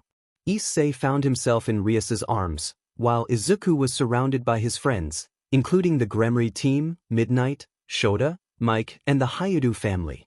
The scene changed once more, showing Izuku and Issei looking at each other before they crossed their sacred gears, with the title the 10th High School DxD appearing. On the road, 𝐻𝐮𝐻𝐿 walked alongside Izuku and asked if he was on a trip. He learned that she had been appointed to the town's church. Izuku acknowledged her status as a nun, feeling a mix of admiration and nervousness as he noticed the cross necklace she wore. 𝐻𝐻𝐿 asked if something was wrong, confused by his reaction. Izuku brushed it off, smiling nervously and wondering if his feelings were connected to his devil power. Suddenly, they heard a boy crying, and 𝐻𝐻𝐿 rushed to help him, with Izuku following closely behind. The little boy was upset because he had tripped and scraped his knee. 𝐻𝐻𝐿 knelt beside him, gently rubbing his head. She reassured him that it was just a scrape, reminding him that he was a boy. As she placed her hands on his knee, they began to glow with a green light, and 2 rings appeared on her hands. The boy's wounds started to heal. Izuku was taken aback, feeling a sharp pain in his left hand just as 𝐻𝐻𝐿 finished healing the boy. He wondered if it was connected to her abilities. 𝐻𝐻𝐿 celebrated the boy's recovery, and he thanked her before running off. She reminded him not to run too fast and then turned to Izuku, apologizing for her instinctive reaction. As they continued walking, Izuku asked her about her abilities. 𝐻𝐻𝐿 explained that it wasn't a quirk, but rather a miraculous gift from God, as confirmed by her father. Izuku pondered this, realizing it must be a sacred gear, and questioned whether it was possible for a human to use it. 𝐻𝐻𝐿 pointed toward the top of a mountain, exclaiming that it must be the place. Izuku recognized it as the only church in town. 𝐻𝐻𝐿 expressed her gratitude, feeling a sense of warmth. Izuku sensed something strange about the place and felt uneasy, noting that he hadn't seen anyone else around. 𝐻𝐻𝐿, wanting to return the favor, invited him to accompany her. Izuku, feeling nervous, declined, stating he had something to do. 𝐻𝐻𝐿 looked down, her expression turning sad, before looking back up with a sweet smile and introducing herself as 𝐻𝐻𝐿. Izuku introduced himself, feeling flustered by her kindness. 𝐻𝐻𝐿 was delighted to have met someone as kind as Izuku so soon after arriving in Japan. Izuku blushed, laughing nervously. 𝐻𝐻𝐿 asked him to visit the church when he had the time and made him promise. He agreed, saying he would see her around, and walked away. 𝐻𝐻𝐿 hoped to see him again. As Izuku walked, he glanced back and saw a reflection of his younger self in her. He thought to himself that perhaps he could visit her. At school, Rias warned Issei to stay away from the church, explaining that churches were dangerous for demons. She cautioned him that just stepping inside could provoke a confrontation between demons and God, and he wouldn't know when danger might strike. Issei was taken aback by her seriousness. Izuku, recalling the unsettling feeling he had near the church, was interrupted by Rias, who explained that his instincts must have sensed the danger. She warned that being around someone from the church was inviting trouble, especially since some exorcists wielded sacred gear. This reminded Izuku of the sacred gear he had seen on 𝐻𝐻𝐿. Rias then turned her attention to Izuku, who snapped out of his thoughts to respond. She explained that exorcising a demon meant complete annihilation, leaving nothing behind. Izuku understood the weight of her words, especially as they resonated with his own feelings of helplessness regarding his mother. Issei attempted to interject, but Izuku expressed that he understood how it felt, surprising Rias. He thanked her for the lesson and excused himself, bowing as he walked away, his hair casting a shadow over his face. Once Izuku was out of sight, 𝐻𝐼𝐻 questioned if she had said something wrong. 𝐻𝐮𝐸 reassured her that she hadn't, but noted that Izuku didn't like the idea of being unable to do anything. He then shared the story of the fire that took 𝐀𝐮𝐭𝐡𝐨𝐫 away and how Izuku had been bullied at school for lacking a quirk. 𝐻𝐼𝐻 now understood why those words affected him so deeply. Later that evening at the park, Izuku played his violin, trying to push the painful thoughts from his mind. Memories of being bullied and the hurtful words from his childhood friends echoed in his head. He stopped playing, holding his head in frustration, muttering to himself that he wasn't useless. Just then his phone rang, interrupting his thoughts. He checked the caller ID and saw it was 𝐻𝐮𝐸. Answering the call, he was surprised to hear that they were hunting a devil. That night, 𝐀𝐮𝐭𝐡𝐨𝐫 explained to 𝐻𝐮𝐸 and Izuku about a stray demon that had once served another demon. Izuku asked if it was similar to them, and 𝐀𝐻𝐵 confirmed that sometimes demons betrayed their 𝗧𝗚𝐻𝗱s to live freely. They arrived at an old abandoned house, where 𝐻𝐻𝐻 warned that a stray demon was said to lure people inside to consume them. Both Izuku and 𝐻𝐶 were shocked by this revelation. 𝐻𝐻𝐻 informed them that their mission was to take down the demon. 𝐀𝐻𝐵 added that they would witness the monstrous results of demonic power without 𝐀𝐮. As they entered the old building, 𝐻𝐼𝐻 called for Izuku and 𝐻𝐶, who responded promptly. 𝐻𝐼𝐻 asked if they knew how to play chess, explaining that she, as the 𝗧𝗚𝗟, was the king, and her subordinates were assigned traits like those of chess pieces. 𝐻𝐶 was confused by the term evil pieces, and 𝐻𝐼𝐻 encouraged them to observe how demons fought that night. ― alerted the group that the stray demon was near, and everyone took their stances. The stray demon announced its presence, expressing a longing to savor something delicious. 𝐻𝐶, distracted by the demon's appearance, exclaimed in surprise, while Izuku turned away, blushing at the sight. 𝐻𝐼𝐻 identified the creature before her as a stray demon type known as 𝗧𝗏. She explained that these nefarious beings abandoned their 𝗧𝗚𝗱s to pursue their own desires, and they deserved punishment for their sins. In the name of Duke Gremory, she declared her intent to confront 𝗧𝗏. 𝗧𝗏, dismissive of 𝐻𝐼𝐻, threatened to cover her in BLD, making a crude gesture that only reinforced 𝐻𝐼𝐻's disdain for her.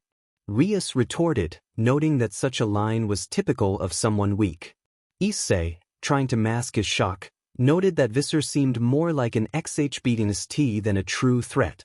Izuku sighed, sharing the sentiment.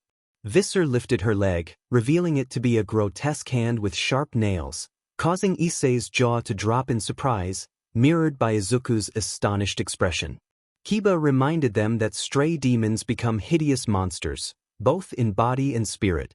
𝐻𝐶, momentarily distracted by 𝗧𝗏's appearance, noticed a magic circle covering her chest, prompting confusion. Izuku recognized the magic circle, and before they could react, 𝗧𝗏 unleashed a laser from her chest. The team dodged, with 𝐻𝐼𝐻 shielding 𝐻𝐶 while ― protected Izuku. The laser struck the wall, dissolving it into a corrosive substance. 𝐻𝐶 exclaimed that 𝗧𝗏 was indeed a monster.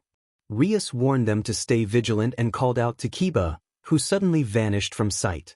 Izuku was startled by 𝐀𝐵's disappearance, and 𝐻𝐼𝐻 explained that 𝐀𝐵's speed was a trait of his night class. 𝐀𝐵 reappeared beneath 𝗧𝗏, wielding his sword as his strongest weapon. He struck 𝗧𝗏's arms, causing her to cry out in pain. 𝗧𝗏 then turned her attention to ―, who stood defiantly before her. Izuku shouted a warning, but 𝗧𝗏 opened her massive mouth, preparing to bite down on ―, shocking both Izuku and 𝐻𝐶. 𝐻𝐼𝐻 reassured 𝐻𝐶, who was still processing the situation. 𝗧𝗏 continued to laugh, unaware of the danger she was in as ― remained calm. 𝐻𝐼𝐻 explained that ― was a rook, possessing immense strength and defensive capabilities, meaning 𝗧𝗏's attack would not harm her. Izuku felt a wave of relief, though he couldn't shake his worry for ―. ―, in a monotone voice, commanded 𝗧𝗏 to leave and delivered a powerful punch that sent 𝗧𝗏 crashing into the wall. 𝐻𝐶 remarked that he would never challenge ― again. 𝐻𝐼𝐻 called for ―, who approached 𝗧𝗏 with a playful demeanor, feigning concern for her well-being. Suddenly, a severed hand from ― lunged at 𝐻𝐼𝐻. 𝐬𝐮𝐦𝐻 rushed to protect her, calling out for his sacred gear as he struck the hand away. Rias thanked 𝐬𝐮𝐻, who blushed nervously at her acknowledgement. Rias then instructed 𝐻𝐮𝐻 to finish 𝐴𝐻𝐻 off. 𝐻𝐻𝐻, channeling her powers, declared that a bad girl who threatened their president needed to be punished. Rias noted that 𝐻𝐻𝐻 was the queen, combining the powers of all their pieces. 𝐻𝐻𝐻 observed that 𝐵𝐻𝐻 still had some energy left and decided to unleash a powerful lightning attack. Rias explained that 𝐻𝐻𝐻 specialized in demonic attacks, and the lightning struck 𝐵𝐻𝐻, causing her to writhe in pain. 𝐻𝐻𝐻, relishing the moment, taunted 𝐵𝐻𝐻, enjoying her suffering. Rias called for 𝐻𝐻𝐻 to stop, and 𝐻𝐻𝐻, with a hint of disappointment, ceased her attack, turning back to the others with a sweet smile. Rias approached 𝐵𝐻𝐻, who was now unable to move, and asked if she had any last words. 𝐵𝐻𝐻 simply requested to be killed. Rias smirked, conjuring a magic circle before her and declaring it was time for 𝐵𝐻𝐻 to vanish. She unleashed a dark red magic that obliterated 𝐵𝐻𝐻, turning her into dust. With the battle concluded, Rias announced that it was time to return. The team responded affirmatively. 𝐬𝐮𝐻 hesitantly approached Rias, inquiring about his and Izuku's roles as servants. Rias informed them that they were both pawns, which 𝐬𝐮𝐻 found disheartening, feeling that they were assigned the lowest rank. As the group moved on, 𝐀𝐮𝐭𝐡𝐨𝐫 was about to follow when someone tapped her shoulder. She turned to find Izuku, who was looking away shyly while offering her his jacket. He encouraged her to wear it, noting that it would be embarrassing to walk around in her torn clothes. 𝐀𝐮𝐭𝐡𝐨𝐫 glanced down at her attire, realizing how much had been damaged, and accepted the jacket from Izuku, grateful for his kindness. 𝐀𝐮𝐭𝐡𝐨𝐫 expressed her gratitude in a monotone voice, though there was a hint of happiness that went unnoticed by Izuku. Izuku, feeling nervous, glanced at the fight between 𝐵𝐻𝐻 and contemplated his own situation. He felt useless, unable to help or protect anyone like 𝐬𝐮𝐻 had. He looked at his hand, feeling defeated, but was interrupted by 𝐀𝐮𝐭𝐡𝐨𝐫. 𝐀𝐮𝐭𝐡𝐨𝐫 reassured him, stating that he was not useless. Surprised, Izuku turned to her, but she anticipated his question, explaining that his expression revealed everything. Embarrassed, he looked away and apologized. 𝐀𝐮𝐿 sighed, telling him not to apologize for something that wasn't his fault. Izuku laughed nervously as she stepped closer, looking up into his eyes and expressing her belief in him. Izuku's eyes widened in surprise. As 𝐀𝐮𝐿 turned to leave, she mentioned that she believed he would discover his power in time and that she would wait for him to train together. She paused, glancing back over her shoulder with a smile, calling him her hero. Izuku was suddenly reminded of a little girl with white hair standing in front of him, accompanied by a black-haired woman. Shaking his head, he refocused on 𝐀𝐮𝐿, who was now out of sight. Determined, Izuku recalled the encouraging words from 𝐀𝐮𝐿, Midnight, Aizawa, and Mike, and he ran after them. 𝐀𝐮𝐿 walked out of the abandoned house, reflecting on the moment Izuku had called her name during the fight. She wondered if he remembered their past and why he hadn't mentioned it before. The next night, Izuku took on a client request from 𝐀𝐮𝐿 and used a magic circle to appear in front of a living room. Upon arrival, he was taken aback to find a lifeless body before him. Struggling to contain his reaction, he asked what had happened. A voice responded, claiming it was the punishment of the wicked. Izuku turned to see a person sitting on the sofa, who quoted scripture with a wicked smile. Flinching, Izuku stepped back as the man introduced himself as 𝐒𝐮𝐻𝐿, a young priest affiliated with an exorcist organization. 𝐒 began to dance in a mocking manner, which surprised Izuku even more. 𝐒 dismissed demons as worthless and declared that once someone relied on them, they were no longer human. He claimed responsibility for the corpse, revealing his intent to rid the world of demons and their followers. He brandished a gun and a sword handle, with a light appearing on the sword. Izuku's eyes widened at the sight of the light sword. 𝐒 threatened to plunge the sword into Izuku's heart and shoot him, rushing forward. Izuku narrowly dodged the slash, but 𝐒 fired, hitting Izuku in the leg, causing him to fall and clutch his injury. 𝐒 taunted him, reveling in the power of his exorcist's golden bullet. Izuku glared back, calling him a freak for killing innocent people dependent on demons. 𝐒, enraged, lifted Izuku by the neck, throwing him against the wall and stabbing his shoulder with the sword. Izuku felt the pain and struggled to remove the blade, which burned him. As Fried approached to finish him off, a girl's scream interrupted them, causing both to turn. Fried recognized her as 𝐻𝐿, his assistant, and asked if she had completed the magical barrier. 𝐻𝐿, terrified, looked at the corpse and then at Izuku, who was struggling on the ground. Izuku managed to call out to her, and she recognized him, confused and distressed. Fried, standing beside 𝐻𝐿, explained that they killed those enchanted by demons, dismissing Izuku as a demon himself. Izuku, feeling guilty, admitted that he hadn't intended to deceive her and thought it best if they never met again. 𝐻𝐿, with tears in her eyes, struggled to comprehend the situation, while Fried insisted that demons and humans were incompatible, emphasizing their reliance on fallen angels for protection. Izuku's eyes widened in shock as he recognized the figure before him. Fried stood menacingly, a sword poised near Izuku's throat, ready to strike. Just as the tension reached its peak, 𝐻𝐿 rushed in, placing herself between Izuku and Fried. Izuku's heart raced as he called out to 𝐻𝐿, surprised to see her. Fried, visibly annoyed, questioned 𝐻𝐿's interference. She pleaded with Fried, begging him to spare Izuku, insisting that despite being a demon, he was a good person and that such an act would not be forgiven. Fried scoffed at her words, dismissing her plea. In a swift motion, he slashed at 𝐻𝐿, tearing her clothing but not causing serious harm.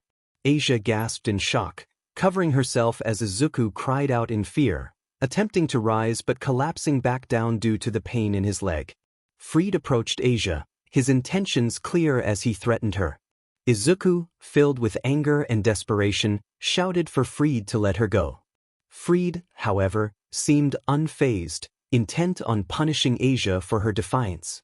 In a moment of bravery, Izuku appeared beside 𝐻𝐿, using his claw to slice through Fried's hand, causing the priest to recoil in shock and pain. Fried clutched his severed hand, howling in agony. Izuku quickly pulled the sword from 𝐻𝐿's clothing and caught her as she stumbled. Concern filled his voice as he asked if she was okay, but 𝐻𝐿's warning came too late. Fried reappeared, sword raised ready to strike Izuku from behind. Just then, a red magic circle formed between them, and 𝐀𝐮𝐵 emerged, blocking Fried's attack with his own sword. Izuku's surprise was evident as he recognized 𝐀𝐮𝐵, who noted the damage Izuku had inflicted on Fried. Akino and Kaneko soon followed, joining the fray, while 𝐒𝐮𝐸 stumbled in, confused by the scene. Fried, seemingly delighted, acknowledged the arrival of the demons, but 𝐀𝐮𝐵 asserted that Fried was their enemy. 𝐒𝐮𝐸 pointed out the bloodied hand, questioning Izuku about what had happened. Izuku, feeling the weight of his actions, muttered that he did what he had to do. Fried taunted them, reveling in the chaos, while 𝐀𝐮𝐵 and Akino exchanged glances, ready to confront the priest. Rias appeared, her presence commanding as she addressed Fried, who had been causing trouble for her team. Izuku was surprised to see Rias, who checked on him with concern. She apologized for not noticing the threat sooner, explaining that a barrier had concealed Fried's presence. Fried, furious, yelled at 𝐻𝐿, blaming her for the situation. Izuku growled, defending 𝐻𝐿 as Fried threatened him. Rias stood tall, declaring her policy of showing no mercy to anyone who harmed her servants. Fried, taken aback by her power, began to retreat, sensing the danger. Kaneko detected the presence of multiple fallen angels, and Fried laughed, claiming he would emerge victorious. A dark portal opened above them, signaling his intent to escape. Rias quickly formulated a plan, instructing Akino to prepare a jump while she assigned Kaneko to take care of Izuku. Kaneko hurled a desk at Fried, distracting him long enough for them to regroup. With Izuku in Kaneko's arms and 𝐒𝐮𝐸 held by 𝐀𝐮𝐵, they all stood ready within the magic circle, prepared for their next move. Izuku understood what was happening. He pleaded with the president, asking her to take 𝐻𝐿 with them too. Rias explained that it wasn't possible, as only members of her household could use the magic circle to jump. Izuku, filled with desperation, insisted that he needed to save 𝐻𝐿, struggling against Kaneko's tight grip. 𝐒𝐮𝐸, trying to break free from 𝐀𝐮𝐵, urged Rias to let Izuku go, fearing that if he woke up, he would be even more saddened by what he couldn't do. 𝐬𝐮𝐻, frustrated, asked 𝐒𝐮𝐦𝐬 what she should have done instead, acknowledging that if they had fought, Akino, Kaneko, and 𝐾𝐮𝐭𝐡𝐨𝐫 might survive, but the two of them would not, and they could potentially start a war. 𝐒𝐮𝐬𝐬 looked down, apologizing for not thinking it through. 𝐬𝐮𝐻 sighed, telling him it was okay and that she needed time to think. 𝐒𝐮𝐬𝐬 agreed, feeling weak despite his promise to midnight, staring out the window. When Izuku woke up, everyone asked how he was, and he simply replied that he was fine. He then requested a day off from devil work and school, to which 𝐬𝐮𝐬𝐬 agreed. He thanked her and left the room, leaving everyone, except 𝐒𝐮𝐬𝐬, 𝐬𝐮𝐬, and Kaneko, confused but aware that he was planning something. The next morning at the playground park, Izuku sat on a bench, examining his sacred gear and testing his power. He noted that he could cut through anything with his claw, looking down at the steel pipe and tree branch he had severed. Focusing his arm, he transformed it into tendrils, which wiggled around. He extended one arm toward a tree, and the tendril moved to grab a branch, pulling it back to him. However, he felt a sting in his shoulder from a previous wound and detransformed back to normal arms, frustrated with himself. As he held his shoulder, he recalled 𝐮𝐻𝐬𝐬 and vowed not to give up when a familiar voice interrupted him. It was 𝐮𝐻𝐬𝐬, and he looked up, surprised to see her. At a restaurant, 𝐮𝐻𝐬𝐬 stared at the wrapped burger in front of her, confused. Izuku gently addressed her, and she snapped out of her thoughts. He smiled softly and demonstrated how to eat the burger, taking a bite. 𝐮𝐻𝐬𝐬, amazed, followed suit and found it delicious, her eyes sparkling with delight. Izuku chuckled and asked why she had been at the park. 𝐮𝐻𝐬𝐬 explained that she was on break and decided to take a stroll around town. When she saw him, she approached him. Izuku then excitedly suggested they spend the day playing together, and 𝐮𝐻𝐬𝐬, blushing, agreed with a sweet smile. At the arcade, 𝐮𝐻𝐬𝐬 played a racing game while Izuku cheered her on. They moved on to a fighting game, where 𝐮𝐻𝐬𝐬 won, and then to a dance game, with Izuku encouraging her. They took pictures together, enjoying the moment until 𝐮𝐻𝐬𝐬 spotted something in the crane game. She walked over, and Izuku followed, noticing a Pokemon plush. He saw 𝐮𝐻𝐬𝐬 staring at a Pikachu plush doll and asked if she liked it. She blushed and admitted she did. Izuku smiled softly and decided to try the crane game, easily winning the Pikachu plush. He handed it to 𝐮𝐻𝐬𝐬, who accepted it with a bright smile, expressing her gratitude and saying it was a treasure because of their meeting. Izuku blushed, feeling shy, and asked where they should go next.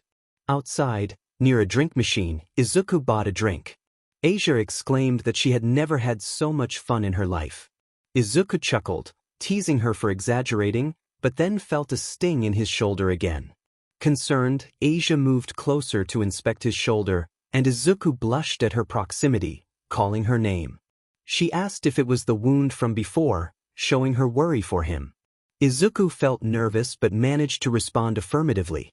In the garden park near a water fountain, 𝐮𝐻𝐬𝐬 used her sacred gear, Twilight, to heal Izuku's shoulder. As he glanced at her, he noticed how close her face was to his. He found himself captivated by her appealing eyes until she spoke again. 𝐮𝐻𝐬𝐬 looked up at him, asking if his leg needed attention as well. Izuku blushed and looked away, confirming her suspicion. 𝐮𝐻𝐬𝐬 then stood up and knelt in front of him to heal his leg. Once she finished, she inquired about how he felt. Izuku tested his arm, spinning it in surprise. He exclaimed that he felt really good and better, accidentally holding both of 𝐮𝐻𝐬𝐬's hands in excitement. He praised her, calling her amazing. 𝐮𝐻𝐬𝐬, feeling a bit shy, looked down at her hands and noticed Izuku's face was still close to hers. Realizing the proximity, he quickly released her hands, apologizing for his actions and stammering about how amazing she was. 𝐮𝐻𝐬𝐬 giggled at his flustered state, her heart racing. After some light-hearted conversation, 𝐮𝐻𝐬𝐬 began to share her life story. She revealed that her parents had abandoned her right after she was born. She had been found crying in front of a small church in a European town and grew up there. When she was 8, a wounded dog had stumbled into the church, and she prayed fervently for its recovery. A miracle happened, and soon after, she was taken to a larger church where she was tasked with healing the sick and injured. She felt immense joy knowing her powers could help others. However, her happiness was short-lived. One day, she encountered a man who was heavily injured and collapsed on the floor. The church authorities branded her a heretic for her ability to heal demons. Izuku felt anger rise within him as he realized that this was why 𝐻𝐿 had nowhere to go and had been taken in by a fallen angel. 𝐻𝐿, however, remained steadfast in her faith, believing that God was testing her. She expressed her hope that if she could overcome her trials, her dreams would eventually come true. Curious, Izuku asked about her dream. 𝐻𝐿 shared her longing to make many friends, to buy flowers and books together, and to chat. She admitted that she didn't have any friends at the moment. Moved by her words, Izuku instinctively hugged 𝐻𝐿, causing her to jump slightly. He assured her that he would help make her dream come true, declaring that he would become her first friend. He stumbled over his words, trying to clarify that they were already friends, even if they hadn't yet shared flowers or books. 𝐻𝐿's eyes filled with tears as she expressed her concern about being a burden to him. Izuku reassured her that she had never troubled him. In fact, she and everyone around him gave him a reason to live. 𝐻𝐿 tilted her head in confusion, prompting Izuku to share his own story about losing his mother and his struggles with being quirkless and friendless. After sharing their painful experiences, a comfortable silence enveloped them until Izuku broke it. He asked 𝐻𝐿 if she liked violin music and revealed a violin from its case. 𝐻𝐿 was intrigued by the instrument's beauty, and Izuku stood before her, preparing to play. As he began to play, 𝐻𝐿 was mesmerized by the melody. Once the song concluded, she stared at him, her cheeks flushed. Izuku explained that it was a song his mother used to play for him, a reminder that she would always be by his side whenever he felt sad or alone. He encouraged 𝐻𝐿 to remember the song whenever she felt lonely. 𝐻𝐿's heart raced, and she thanked Izuku, her face still flushed. Suddenly, a familiar voice interrupted their moment, causing Izuku to turn around. He was startled to see a woman with black feathered wings standing atop the water fountain.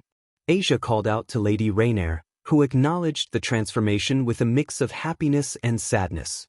She warned Izuku to leave, stating that all she wanted was 𝐻𝐿 and to not interfere. Izuku, however, stood firm, expressing that he could not allow Reborn to take 𝐻𝐿 back to someone who would harm her. Reborn remained silent but summoned a spear of red light, aiming it at Izuku.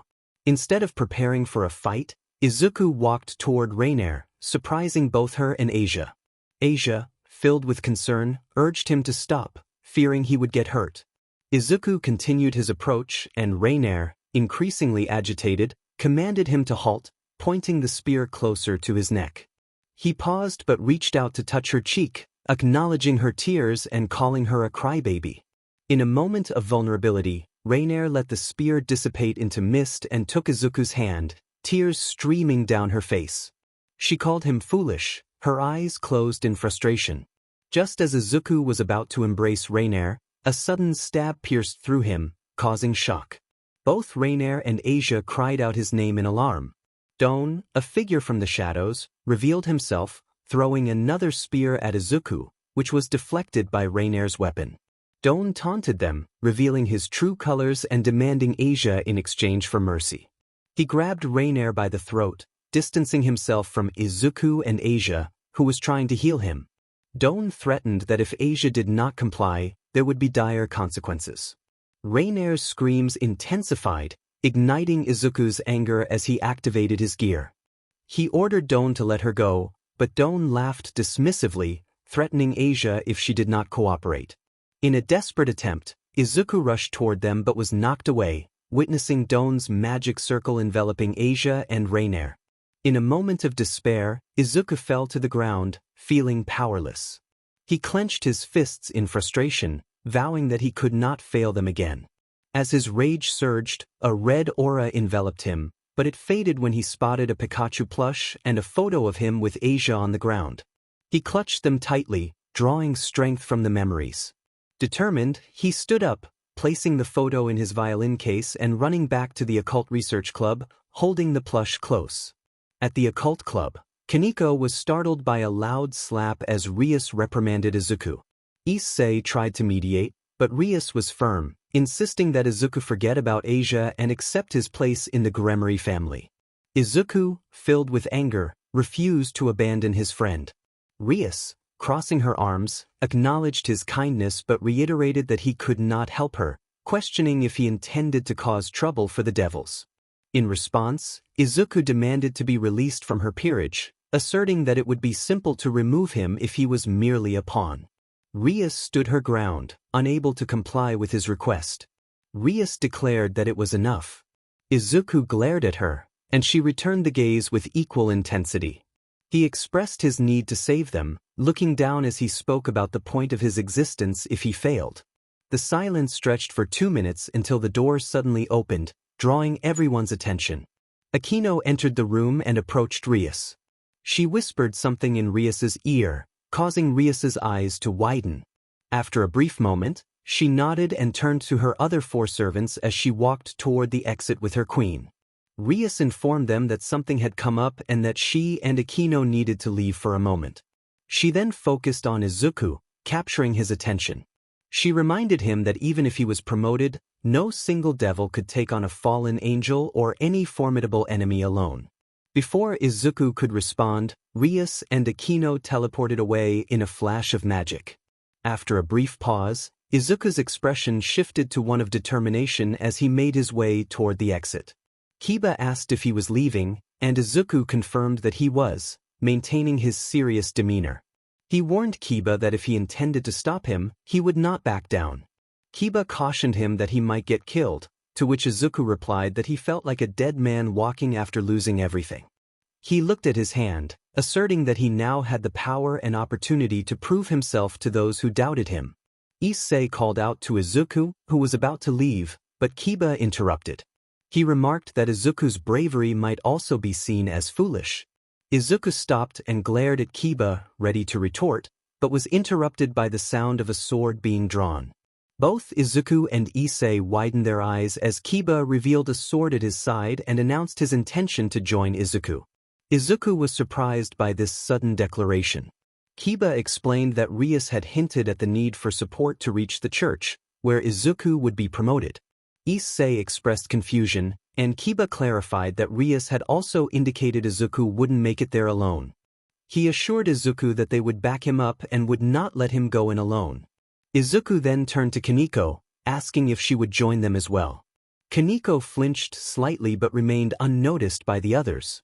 She expressed her concern about the 3 of them going alone. 𝐒𝐮𝐴 enthusiastically declared his intention to join, showcasing his sacred gear and expressing excitement about testing it. Izuku's expression brightened with gratitude, and he reaffirmed their resolve to proceed together. With their determination set, the 4 devils set off toward the church to rescue Asia and Rainier from the fallen angel. At the back entrance of the church, 𝐻𝐵𝐿 complained about being bored while sitting on a tree branch, questioning why he had to stand guard. Suddenly, a red light illuminated the ground as Rias and Akino appeared through magic. 𝐻𝐵𝐿 jumped down from the tree and introduced himself as the fallen angel 𝐻𝐵𝐿. Akino responded with feigned courtesy, while Rias noted that her servant had sensed him, implying he was worried about their movements. 𝐻𝐵𝐿 dismissed the concern, stating they did not want demons interrupting their important ritual. Akino feigned regret, claiming their cheerful kids had just gone through the front gate. 𝐻𝐵𝐿 was surprised by this revelation and expressed frustration, realizing he could not stop Izuku. He feigned a cough and remarked that the number of lackeys Rias brought did not matter, as they were the only ones who could potentially interrupt their plans. He smirked, thanking them for coming all the way out. Rias stated that it did not matter, which confused 𝐻𝐵𝐿, who questioned if she was abandoning her allies. Meanwhile, at the entrance of the church, Izuku, 𝐀𝐮𝐵, and 𝐒𝐮𝐴 hid behind a tree, while Kaneko concealed herself behind a bush. 𝐒𝐮𝐴 sensed a strong murderous intent, leading 𝐀𝐮𝐵 to conclude that many priests must be gathered inside. 𝐒𝐮𝐴 expressed relief that they had come together, and 𝐀𝐮𝐵, with a smile, affirmed their teamwork while revealing his disdain for fallen angels and priests. 𝐒𝐮𝐴 looked at 𝐀𝐮𝐵 in confusion, while Izuku remained curious about 𝐀𝐮𝐵's past. Kaneko rose from her hiding place and approached the entrance. 𝐒𝐮𝐴 noticed Kaneko and called her name, realizing they had been discovered. Izuku, 𝐒𝐮𝐴, and 𝐀𝐮𝐵 rushed to Kaneko, who kicked down the door. The door swung open, revealing a church with broken statues and a shattered cross. 𝐻𝐮𝐬 looked around, feeling a sense of dread. Four devils heard a clap and turned to see Fried stepping into the center, announcing his presence with a hint of nostalgia. Fried greeted them with a twisted smile, expressing his sentimentality. Izuku, noticing Fried's healed hand, realized that 𝐻𝐮𝐬 had used her powers to mend it. Fried reveled in the sensation, declaring it the best feeling he had ever experienced, and ominously stated his longing to feel it again after defeating them.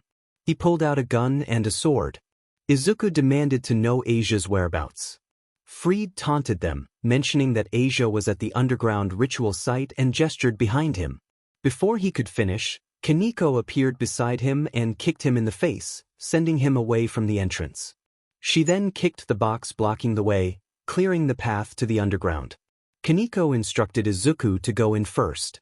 Izuku hesitated, but 𝐻𝐮𝐬 reassured him that they would follow after defeating Fried. Grateful, Izuku ran toward the underground entrance. Fried, furious, attempted to stop him but was confronted by 𝐀𝐮𝐵, who tried to slash at him. Fried evaded and fired a bullet, which 𝐀𝐮𝐵 deflected. 𝐀𝐮𝐵 smirked, confident that Fried would not get past them. 𝐀𝐮𝐭𝐡𝐨𝐫 and 𝐻𝐮𝐬 joined him, ready for the confrontation. Meanwhile, Aquino and Rias faced off against 𝐼𝐼𝐿. 𝐼𝐼𝐿 declared that if she defeated their 𝐴𝐻𝐻𝐿, the servants would be powerless. She summoned 𝐾𝐿𝐼𝐿, who appeared from a magic circle in the sky. 𝐾𝐿𝐼𝐿 questioned 𝐼𝐼𝐿's arrogance, but Aquino, undeterred, transformed into a shrine maiden, calling forth a storm. 𝐼𝐿 accused Aquino of trying to pull her into a cosplay show, but Aquino focused on her magic. 𝐾𝐿𝐼𝐿 realized Aquino was creating a barrier, and 𝐼𝐿 panicked, realizing she had no reinforcements. Aquino taunted her, revealing that their true plan was to eliminate all of them. In the underground, Izuku rushed into a room filled with exorcists. He saw 𝐻𝐮𝐬 and Rei bound to a cross, with Doan standing nearby. Doan welcomed him mockingly, noting his tardiness. Izuku called out to 𝐻𝐮𝐬 and Yama, who looked up at him from their restraints. Determined to save them, Izuku advanced but was confronted by exorcists wielding holy swords. He demanded they move aside, activating his powers. The exorcists charged at him, but he retaliated with tendrils that ensnared them, lifting them into the air like prey. As more exorcists approached, Izuku summoned additional tendrils, capturing them as well. Amidst the chaos, Izuku wondered about his newfound abilities, realizing he had activated magic without looking back. Just then, a light spear landed in front of him, exploding and filling the room with a blinding light. Izuku hit against the wall and fell down. Doan smirked, declaring that the ritual was over. He tapped his head, and 𝐻𝐮𝐬 screamed, a light glowing from her cross. Izuku got up, bewildered by Doan's actions. Doan grinned, explaining that he was trying to scare her. Izuku's eyes widened as he realized the implications of Doan's words. Doan ominously stated that 𝐻𝐮𝐬 was going to die. 𝐻𝐮𝐬 stopped screaming, and two green crystals emerged from within her. Doan exclaimed that the twilight of healing was finally in his grasp. He grabbed the crystals and absorbed them into himself, causing his body to glow with a bright green light. Izuku shielded his eyes from the brilliance. When the light faded, Doan began to laugh wickedly. He reveled in his newfound power, proclaiming that he could now become the supreme fallen angel, seeking revenge on those who had insulted him and earning praise from their leader. Izuku, filled with rage, yelled at Doan and charged at him, but Doan effortlessly dodged by flying into the sky and snapping his fingers. Doan dismissed Izuku's efforts, claiming that he had what he needed and could consider the others a gift. As 𝐻𝐮𝐬 fell, Izuku caught her, glancing at Rei, who landed beside them and gave him an encouraging sign. Izuku reassured 𝐻𝐮𝐬 that he had come to take her back and urged her to hang in there. She responded weakly, affirming her determination. Rei insisted that they needed to escape, and Izuku nodded, ready to run until Doan descended in front of them. Doan declared that it was impossible for them to leave, explaining that letting them go would be problematic when he reported back to 𝐾𝐿𝐼𝐿. He wanted to enjoy 𝐻𝐮𝐬's suffering before her demise. Izuku glared at Doan, his sacred gear glowing red, but Rei snapped him out of his anger. Rei urged Izuku to escape first while she covered for him. Izuku was shocked by her bravery, but Rei reassured him that she would be fine, as 3 shadows appeared beside her. Izuku recognized 𝗧𝗟𝗃, 𝗀𝐵, and 𝐸𝐮𝐸, who encouraged him to seek help. With gratitude, Izuku thanked everyone and ran to the upper floor. On the upper floor, Izuku and 𝐻𝐵 emerged from the underground, and he gently placed her on one of the pews. He urged 𝐻𝐵 to hang in there, promising that they would have fun together once they escaped. 𝐻𝐵 lifted her hand, and Izuku grasped it tightly. She expressed her happiness in having a friend, even if only for a short time, and asked if they could be more than friends if she were born again. Izuku's eyes widened at her words. 𝐻𝐵 then held his cheek, confessing her love for him since that day. Her hand fell from his, and her eyes closed with a serene smile. Izuku pulled her close, crying out in despair, questioning why such a kind girl had to suffer. He lamented how unfair it was that she had to endure so much pain for a simple mistake. He pleaded with God to bring her back, expressing that she did not deserve such a terrible fate. 𝐻𝐿, observing the scene, remarked on the irony of a demon repenting in a church. Izuku's eyes widened in fury as he glared at 𝐻𝐿, who sat on a pew with an evil grin. Meanwhile, Rias and Aquino faced off against Kalawana, who dismissed Izuku's capabilities, claiming he stood no chance against Danaseek. She launched a light spear at Rias and Aquino, but Rias countered with a dark magic circle, expressing her disdain for Kalawana's mockery. Kalawana continued to taunt Rias, throwing multiple light spears at her, but Rias stood firm, her crimson power enveloping her and destroying the incoming attacks. Rias declared that Izuku was not a joke and warned that anyone who made fun of her servants would pay the price. Kalawana looked on in horror at the crimson power surrounding the redhead. Aquino remarked that the angel had made a mistake by upsetting her. Kalawana called out for 𝐻𝐿, but found her missing, while Rias emanated a dark aura outlined in red, illuminating the area around them. Meanwhile, Izuku faced 𝐻𝐿, who showed him a cut on his left arm. Izuku, filled with anger, demanded to know the whereabouts of Rei, 𝗧𝗟𝗃, 𝗀𝐵, and 𝐸𝐮𝐸. 𝐻𝐿 ignored the question and placed his palm over the wound, which glowed green as it healed instantly. He boasted about his ability to heal from any injury, claiming it was a perfect gift for those without divine protection. 𝐻𝐿 spread his arms, declaring his intent to prove his strength as the supreme fallen angel. Izuku questioned the relevance of 𝐻𝐿's power, emphasizing that 𝐻𝐵 posed no threat and simply wanted to live in peace. 𝐻𝐿 coldly explained that those with sacred gears had a predetermined fate. Izuku vehemently disagreed, asserting that 𝐻𝐵 would never have used her power for harm and only sought to live a tranquil life. 𝐻𝐿 dismissed Izuku's claims, stating that humans could not survive in their world with sacred gears, and even those who wished to use their powers for good would face persecution. A flashback revealed 𝐻𝐵 lamenting her status as a heretic for her healing abilities and her lack of friends. 𝐻𝐿 continued to assert that this was the nature of humanity, regardless of the power they possessed. Izuku declared his friendship with 𝐻𝐵 and his determination to protect her, but 𝐻𝐿 cruelly pointed out that she was dead because Izuku was too weak. He then hurled 2 spears at Izuku's legs, piercing him. Izuku winced in pain but managed to pull one of the spears from his leg, blood spilling from the wound. 𝐻𝐿 taunted him, explaining that light was a deadly poison to demons and caused excruciating pain, especially for low-class demons like Izuku. Despite the pain, Izuku remained resolute, stating that it was nothing compared to what he and 𝐻𝐵 had endured. 𝐻𝐿 acknowledged Izuku's resilience but noted that he had reached his limit, praising his strength for a low-class demon. Izuku realized he needed more power to defeat 𝐻𝐿. A mysterious voice urged him to stop holding back, revealing that he possessed the power to suppress even God. Izuku, in pain, asked who the voice belonged to, and it replied that it was his partner.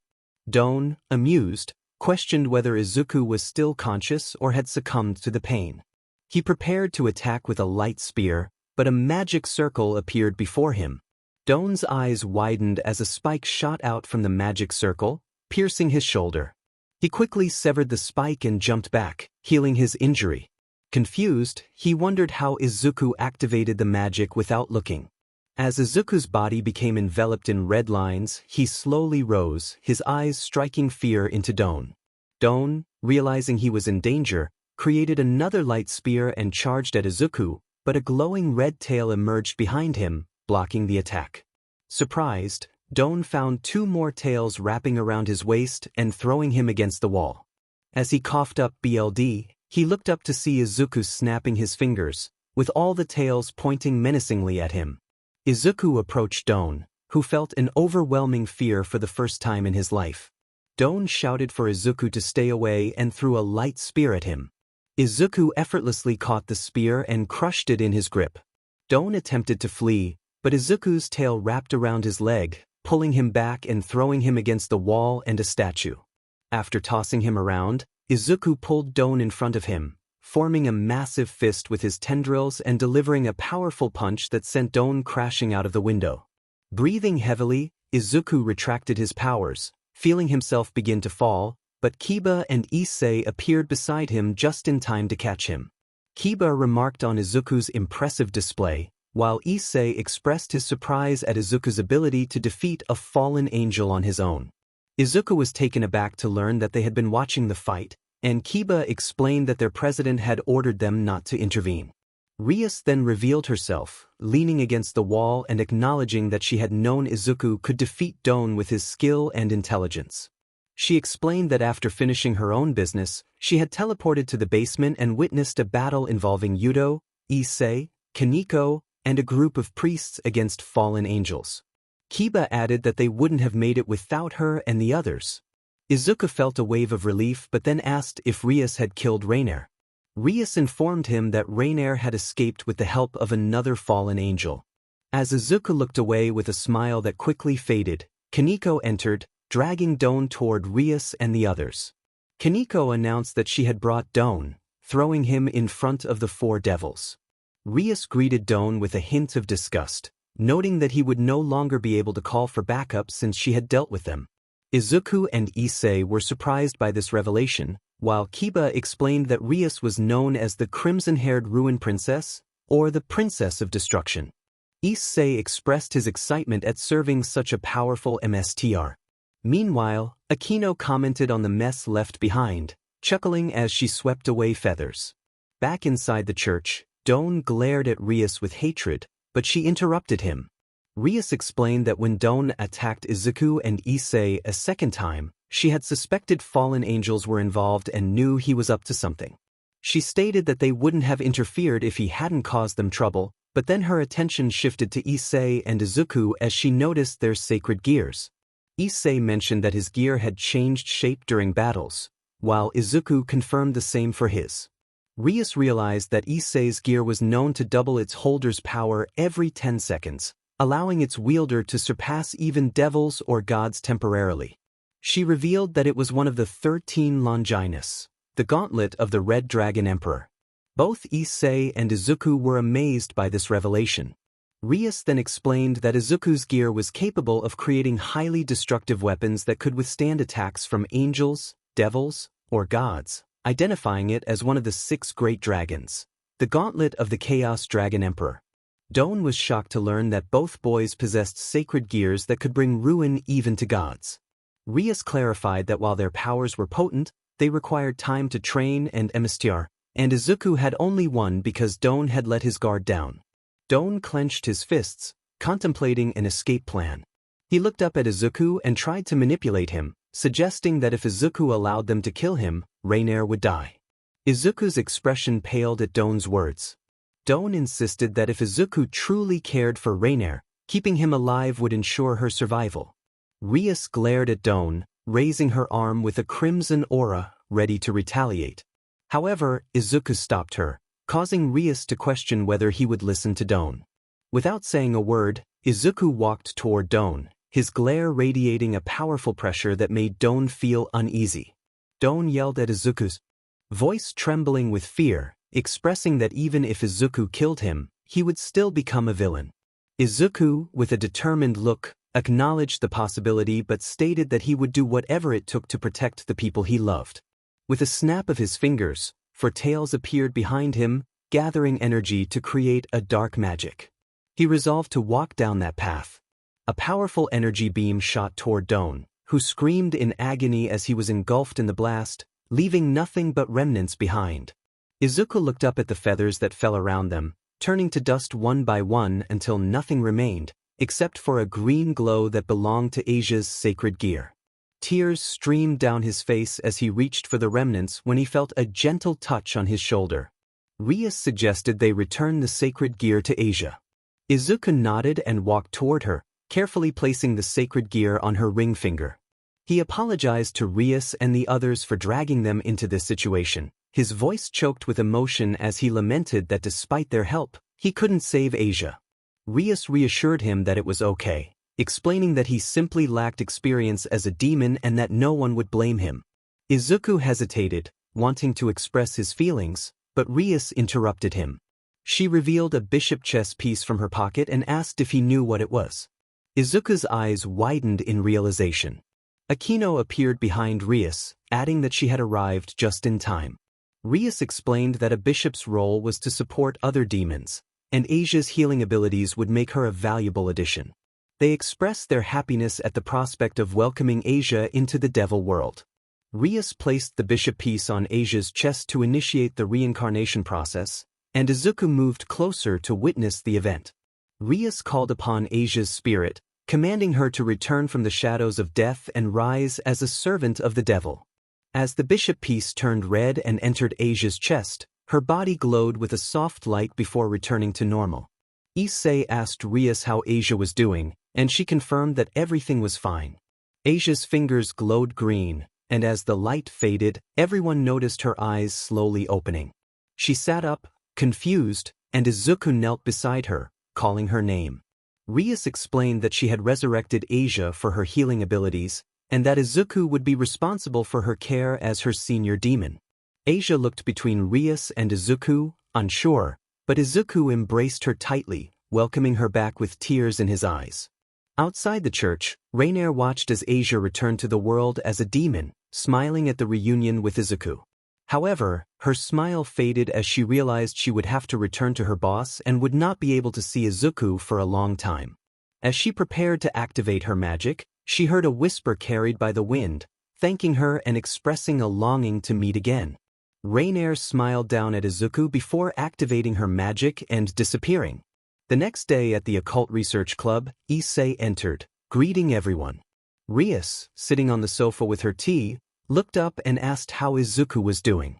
𝐒𝐿 reported that Izuku was fine and doing great after 𝐻𝐿 had healed him.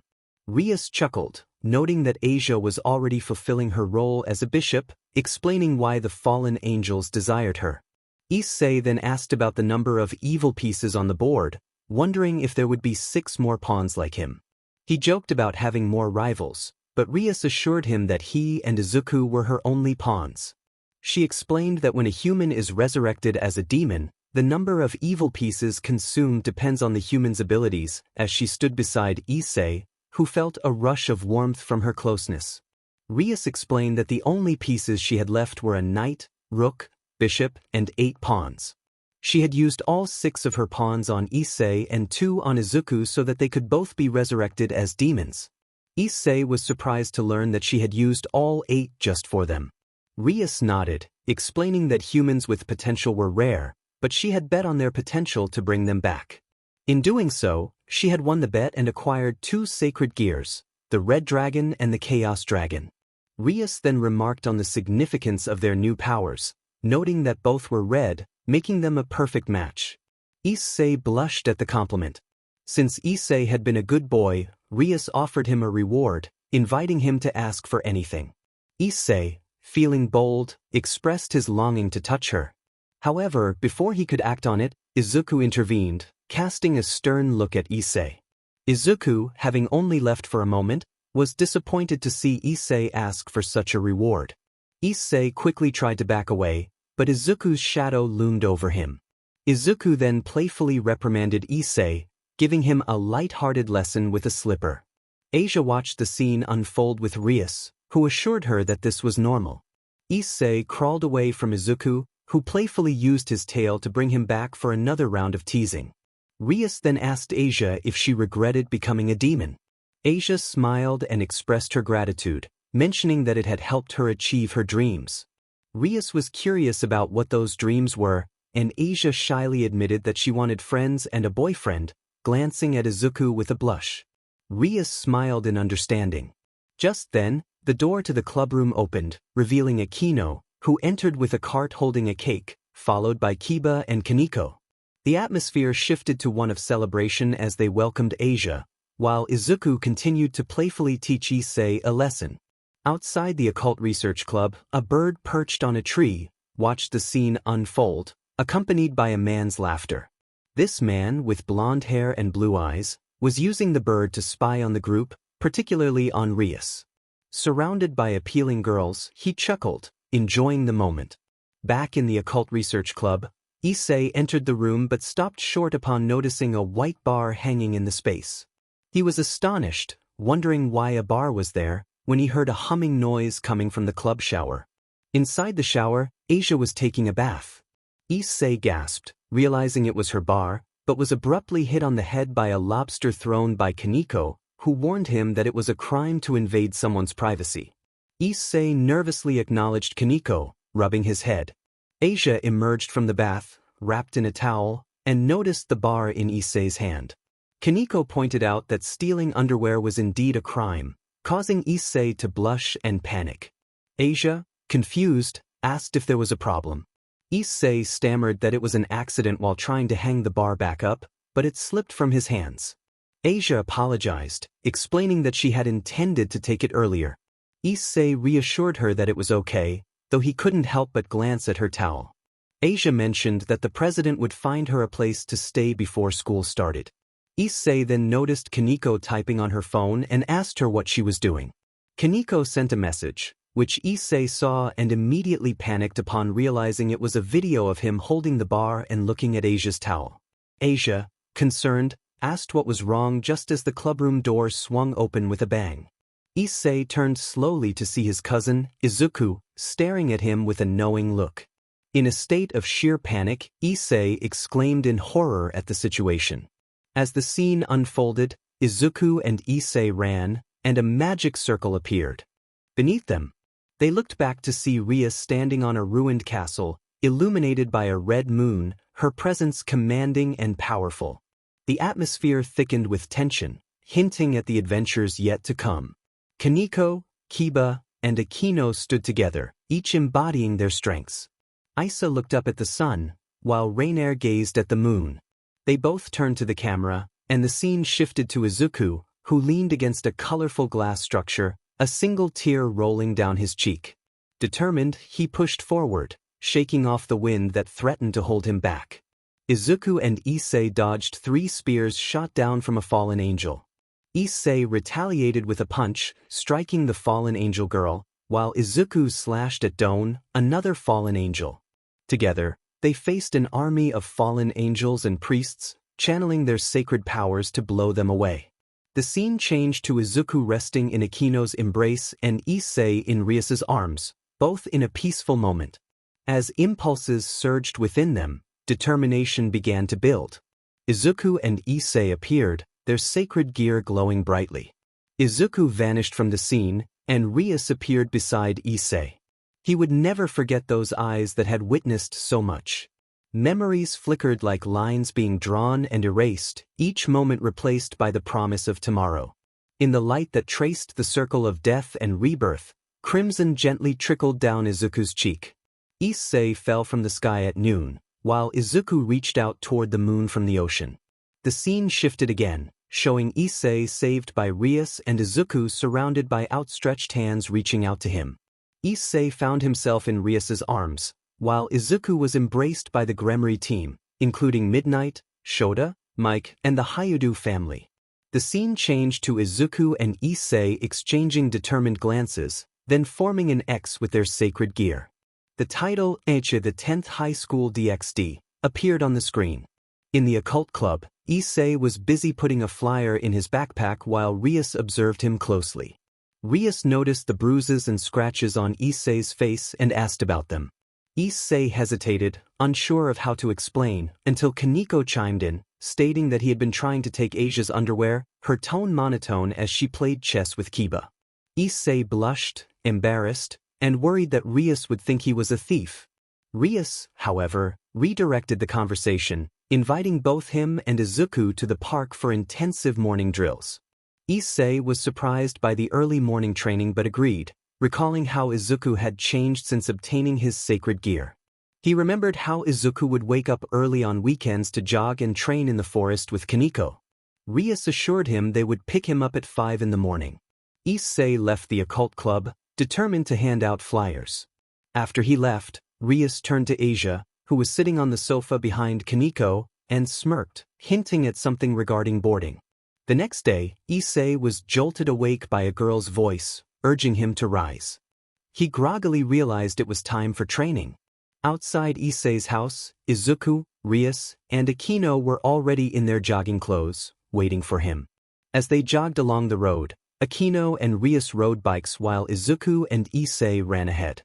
𝐬𝐻𝑆 called out to 𝐒𝐮𝐬, encouraging him to keep up with Izuku. 𝐀𝐮 teased him, saying she would see him at the park, while 𝐬𝐻𝑆 playfully warned him to run faster or face her playful punishment. At the park, Izuku and 𝐒𝐮𝐬 were doing push-ups, with 𝐀𝐮 and 𝐬𝐻𝑆 sitting on them. 𝐬𝐻𝑆 reminded 𝐒𝐮𝐬 that physical strength was crucial in the demon world, especially for him. 𝐒𝐮𝐬 struggled through his push-ups, distracted by 𝐬𝐻𝑆's presence.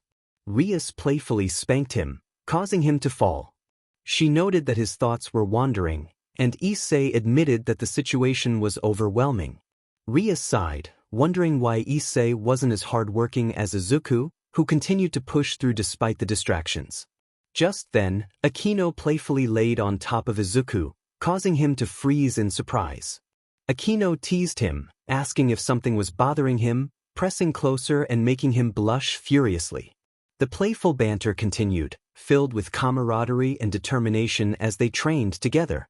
𝐒𝐮𝐬's eyes twitched in disbelief, feeling a mix of envy and surprise. 𝐬𝐻𝑆 sighed, glancing around as she murmured to herself that someone should be arriving soon. 𝐒𝐮𝐬, curious, wondered if someone was indeed coming. 𝐬𝐻𝑆 rushed toward them, carrying a basket, and apologized for her tardiness, only to trip and fall, lamenting her clumsiness. After their exercise, 𝐬𝐻𝑆 handed a teacup to 𝐒𝐮𝐬, who thanked her and took a sip. Izuku asked 𝐬𝐻𝑆 why she was there, and she explained that 𝐬𝐻𝑆 had instructed her to come. The trio turned their attention to 𝐬𝐻𝑆, who seemed lost in thought. Izuku inquired about the reason for 𝐬𝐻𝑆's presence, but 𝐬𝐻𝑆 remained preoccupied. 𝐬𝐻𝑆 gently called 𝐬𝐻𝑆's name, bringing her back to the moment. 𝐬𝐻𝑆 acknowledged 𝐬𝐻𝑆, who pointed out that Izuku, 𝐬𝐻𝑆, and 𝐒𝐮𝐬 were all looking at her expectantly. 𝐒𝐮𝐬 asked if something was wrong, but 𝐬𝐻𝑆 shook her head, indicating that everything was fine. She then declared that now that 𝐬𝐻𝑆 was there, they should head out. Izuku and 𝐒𝐮𝐬 exchanged confused glances, asking where they were going. 𝐬𝐻𝑆 pointed toward them, stating they were going to their home.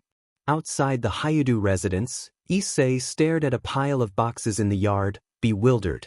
𝐬𝐻𝑆 explained that the boxes contained her belongings, revealing that she had more than she initially thought. Izuku and 𝐒𝐮𝐬 were taken aback, and 𝐬𝐻𝑆 confirmed that 𝐬𝐻𝑆 would be living with them from now on. Both boys exclaimed in shock, while 𝐬𝐻𝑆 expressed her gratitude, bowing to them. 𝐬𝐻𝑆 explained that 𝐬𝐻𝑆 had chosen their home as her boarding place. 𝐒𝐮𝐬 protested, feeling overwhelmed by the suddenness of the decision.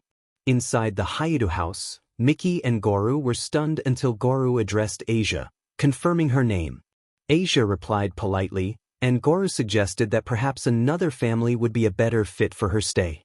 𝐬𝐻𝑆 insisted that Izuku had helped her immensely when she first arrived, making her feel comfortable about staying there. Miki and Goru exchanged glances, unsure of how to respond. Goru jokingly remarked that their son 𝐒𝐮𝐬 was quite the character, prompting Miki to agree. 𝐒𝐮𝐬, embarrassed, protested against their comments. Izuku pointed out that 𝐒𝐮𝐬 hadn't denied his reputation, causing 𝐒𝐮𝐬 to dramatically feign despair. 𝐬𝐻𝑆 proposed that while 𝐬𝐻𝑆 stayed with them, 𝐒𝐮𝐬 could learn to manage his tendencies, while Miki and Goru could teach 𝐬𝐻𝑆 about household skills. The room erupted in surprise at the mention of a potential future for Izuku. Goru expressed his unexpected excitement at the thought of grandchildren, while Mickey shared his sentiments. 𝐻𝐵 politely requested that Mickey and Goru take care of her, and they were charmed by her kindness. Goru assured 𝐻𝐵 that they would look after 𝐻𝐵 and even suggested she could stay in Izuku's room. Both boys were taken aback by this idea, while 𝐻𝐵 smiled, confirming it as a good plan. Izuku felt overwhelmed by the situation, while 𝐬𝐶 lamented the unfairness of it all. The next day at school, 𝐻𝐵 introduced herself to the class, expressing her happiness to be there. The students cheered, with the exception of 𝐬𝐶 and Izuku, who felt the pressure of the attention. Matsuda commented on 𝐻𝐵's beauty, while Motohama noted her measurements with enthusiasm. 𝐬𝐶 reminded everyone that 𝐻𝐵 was in their class due to 𝐻𝐵's decision. 𝐻𝐵 mentioned her stay at the Hyudu residence, causing an uproar among the students. Izuku tried to avoid the stares while 𝐬𝐶 nervously sweated. Matsuda demanded an explanation for why they were living with 𝐻𝐵, grabbing 𝐬𝐶's shirt. Motohama echoed his friend's sentiments, questioning why they were getting such opportunities. 𝐬𝐶 protested, claiming he had no choice and was not pleased about it either. Matsuda pressed for who made the decision, while Izuku observed 𝐻𝐵 chatting with other girls, feeling relieved that she was fitting in. Mura asked 𝐻𝐵 if her room had a lock, to which she confirmed it did. 𝐀𝐮 warned her to check the bathroom and toilet carefully. 𝐻𝐵, confused, asked why she should check. Mura cautioned her about the possibility of hidden cameras. 𝐻𝐵 reassured them that she hadn't seen anything like that in Izuku's room. The classroom fell silent as Mura pressed for clarification. 𝐻𝐵 explained that there were no spare rooms in the Hyudu house, so a bunk bed had been built in Izuku's room. Boys and girls looked at Izuku's chair, only to find he was gone. Then they heard a door creak and turned to see Izuku sneaking away. He glanced back at the stares directed at him, laughed nervously, and zipped away, followed by an angry boy who seemed intent on confronting him. Occult Club at night. Izuku and 𝐻𝐵 returned from distributing flyers and informing 𝐻𝐵. Izuku approached 𝐻𝐵 and said he had just returned from handing out the flyers, but she seemed lost in thought and didn't hear him. He called out to her, and 𝐻𝐵 snapped back to reality, apologizing for spacing out. She thanked both him and 𝐻𝐵 for their work, then turned her attention to 𝐻𝐵. 𝐻𝐵 stood up and mentioned that she was considering having 𝐻𝐵 debut that night. 𝐻𝐵 was surprised and asked for clarification. Izuku explained that she would teleport to a client through a magic circle and form a contract. He expressed concern that it might be too early since 𝐻𝐵 had only been a demon for a few days. Akino entered the room with tea and snacks, assuring them that it was no problem. She noted that 𝐻𝐵's demonic power ranked just below hers in their household. Izuku and 𝐬𝐶 were taken aback by this revelation, while Kaneko nodded on the sofa, munching on a cookie. 𝐻𝐵 reassured 𝐻𝐵 that she would be a very capable bishop, and Izuku praised her, though 𝐻𝐵 blushed and downplayed it. 𝐬𝐶, feeling a bit demoralized and slightly jealous, thought about his own experience and then had a sudden idea. 𝐻𝐵 noticed 𝐻𝐵's hesitation and prompted her to share her thoughts. 𝐻𝐵 mentioned it was nothing, but 𝐬𝐶 interrupted, insisting that she should wait until she was more familiar with the country. Izuku agreed, adding that his cousin also needed to make a contract. 𝐬𝐶, feeling a bit pouty, looked away. 𝐻𝐵 decided that 𝐬𝐶 would take care of the contract, and he saluted her, turning around with a mischievous grin, thinking about how 𝐻𝐵 would see his manliness. Izuku then made a request to 𝐻𝐵, suggesting that since it was 𝐻𝐵's first time, he should take her to one of his contracts to show her how it was done. 𝐻𝐵 thought it was a good idea and agreed, allowing them to go together.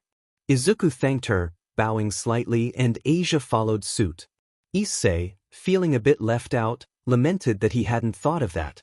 𝐬𝐶 left for his contract on his bicycle, while Izuku and 𝐻𝐵 prepared to teleport to theirs. Once they arrived in a room, it was dark, and Izuku remarked that this was unusual. 𝐻𝐵 questioned if this was the right contract room. Izuku explained that he was supposed to meet Mika, who was his first contract. As they looked around, they heard a door open. Both Izuku and 𝐻𝐵 exclaimed in surprise when they saw Murayama in her room. She looked startled and demanded to know why they were there, but Izuku quickly placed a hand over her mouth and pulled her inside, while 𝐻𝐵 closed the door behind them. He urged her to calm down, promising to explain everything. After a moment of explanation, Murayama processed the information. She pointed at Izuku and 𝐻𝐿𝐵, trying to grasp the situation. Izuku confirmed that they were indeed real devils and offered to show her proof, asking her to promise not to tell anyone. Murayama agreed, albeit hesitantly. Izuku and 𝐻𝐿𝐵 exchanged nods before revealing their devil wings to her. Murayama jumped in surprise, and they quickly retracted their wings.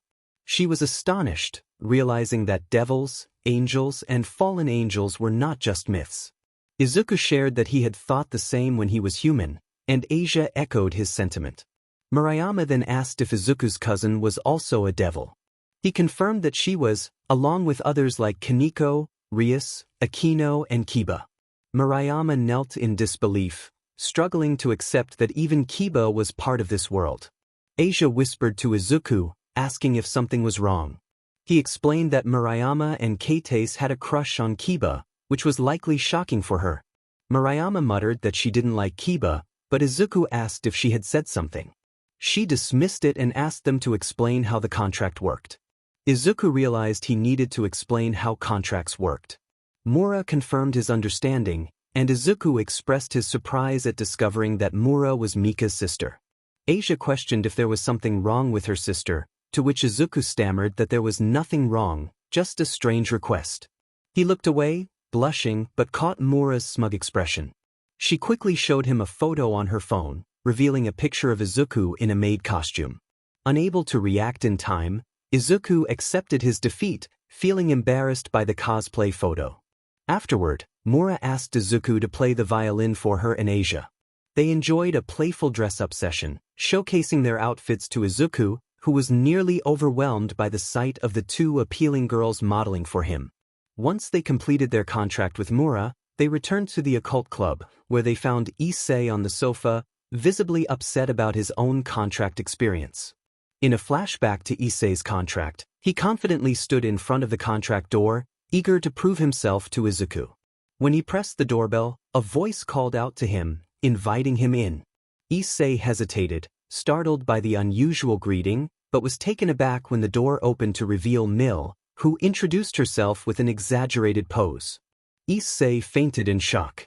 After regaining his senses, 𝐒𝐿𝐵 nervously inquired if 𝐴 had summoned a demon from the Gremory household. 𝐴 confirmed that she had and requested a favor from him. She earnestly asked him to make her a magical girl. 𝐒𝐿𝐵, taken aback, suggested she should travel to a parallel universe instead, but 𝐴 revealed she had already tried that. As she pleaded for magical powers, 𝐒𝐿𝐵 attempted to calm her down, suggesting they discuss it inside to avoid disturbing the neighbors. 𝐴's spirits lifted at the prospect of becoming a magical girl, and she excitedly proposed they watch a show together to demonstrate her magical powers. As 𝐒𝐿𝐵 listened to his own story, Izuku couldn't help but laugh, while 𝐻𝐿𝐵 tried to console 𝐒𝐿𝐵. The next day, 𝐒𝐿𝐵 received assistance from Rias with his contract, leading them on a small adventure. On Monday night at the occult club, 𝐻𝐿𝐵 announced she was ready, and 𝐒𝐿𝐵 declared they were off to distribute flyers. Rias called for their attention, informing them that it would be the last week for flyer distribution. She explained that this task was part of their training and that distributing flyers was typically a familiar's job. Izuku asked if they were done with the flyers, but Rias clarified that they first needed to obtain a familiar. As they rode their bikes toward the mall, Rias summoned her familiar, a bat, introducing it to 𝐒𝐿𝐵 and Izuku. The bat transformed into a human girl, reminding them of when they had previously encountered her while distributing flyers. 𝐒𝐿𝐵 recognized her and sighed, while Izuku's interest sparked as he began to take notes. Akino summoned her familiar, an imp, while Kaneko introduced her familiar, 𝗧𝗟𝗍, which she held in her arms. 𝐀𝐮𝐵 was about to present his familiar when 𝐒𝐿𝐵 interrupted, expressing his reluctance to see it. Izuku, eager to learn more, urged 𝐀𝐮𝐵 to show them. 𝐀𝐮𝐵 complied, revealing a small blue bird perched on his shoulder. Izuku diligently noted down the details of each familiar, closing his book with satisfaction. Rias, enjoying tea on the sofa, asked Izuku if he had finished his analysis. He looked around the room, noticing his teammates also enjoying tea, and nervously apologized for taking so long. Риас acknowledged the situation, understanding that they couldn't stop Izuku when he was determined. The team shared a light-hearted chuckle, causing Izuku to blush and look away, pouting slightly. Риас explained that familiars were a fundamental aspect for demons, capable of assisting, delivering messages, and even locating items. 𝐻𝐿, curious, asked how one could acquire a familiar. Just as Риас was about to respond, a knock interrupted her. Aquino welcomed the visitor, and the door to the occult club opened, revealing a member of the student council. Sona entered, politely excusing herself. 𝐒𝐮𝐬 gasped in shock, recognizing her. 𝐻𝐿 inquired about Sona's identity, and 𝐒𝐮𝐬 eagerly informed her that Sona was the student council president, 𝗧𝗜𝗃 accompanied by the vice president, 𝗀𝗱𝗃. He noted that they were all members of the student council. Риас asked what brought them to their club. Sona explained that they were there to greet them since both groups had new servants. 𝐒𝐮𝐬's eyes widened in surprise at the mention of servants. Aquino clarified that Sona's full name was 𝗀𝗱𝗃, the heiress of the prestigious 𝗃 family. Izuku felt relieved that he hadn't accepted an invitation to join the student council. 𝐒𝐮𝐬 expressed his astonishment at the presence of other demons in the school. A boy named 𝗧𝗟𝗘 chimed in, questioning why Риас hadn't mentioned them to Izuku. He found it odd that he hadn't noticed fellow demons. Sona explained that the two families typically did not interfere in each other's matters, and 𝗧𝗟𝗘 noted that it was no surprise that the new devil was unaware of them. 𝐒𝐮𝐬 recognized 𝗧𝗟𝗘 as the new student council secretary, recalling that he had been in class 2C. Sona introduced 𝗧𝗟𝗘 as her pawn, while Риас introduced her own pawns, 𝐻𝐿 and Izuku Midoriya, along with her bishop, 𝐻𝐿 Argento. 𝐒𝐮𝐬 was surprised to learn that he and Izuku were also pawns in the same grade. 𝗧𝗟𝗘 expressed his frustration at being associated with the perverted trio and the more serious member, which hurt his pride.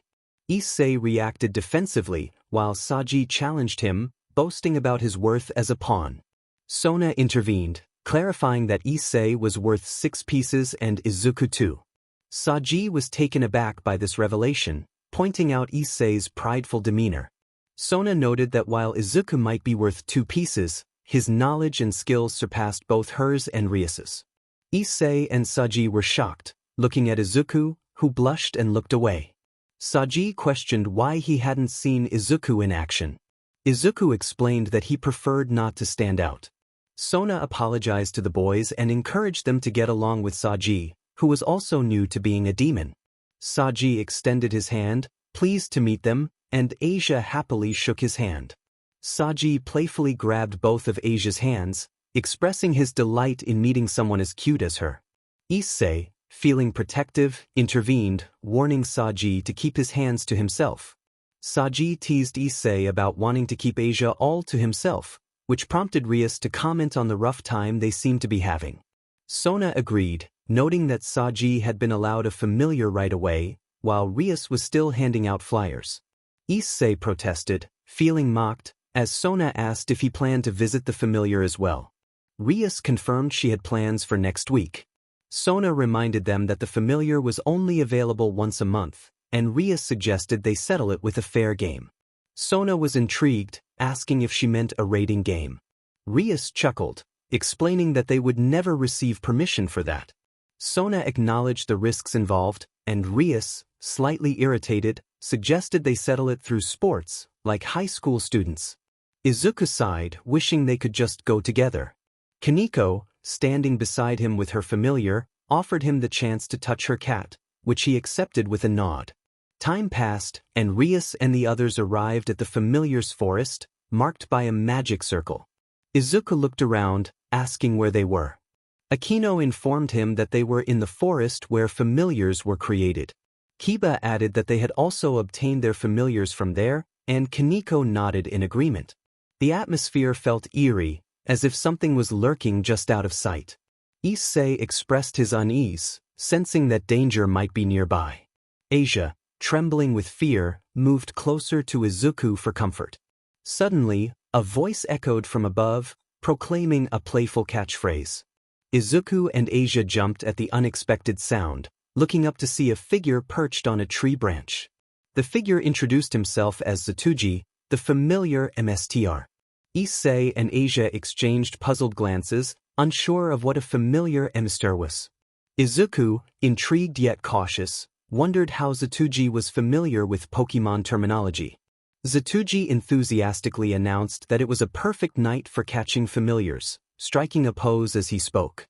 Aquino confirmed his expertise in the matter, and the group began to consider what type of familiar they desired. 𝐬𝐿 prompted them to think about qualities such as strength or speed, or even unique abilities. 𝐒𝐮𝐿, with a hint of embarrassment, asked if 𝐬𝐿 had any cute familiars, particularly one that resembled a girl. Izuku face-bombed at 𝐒𝐮𝐿's request but quickly shifted his thoughts to what kind of familiar he might want.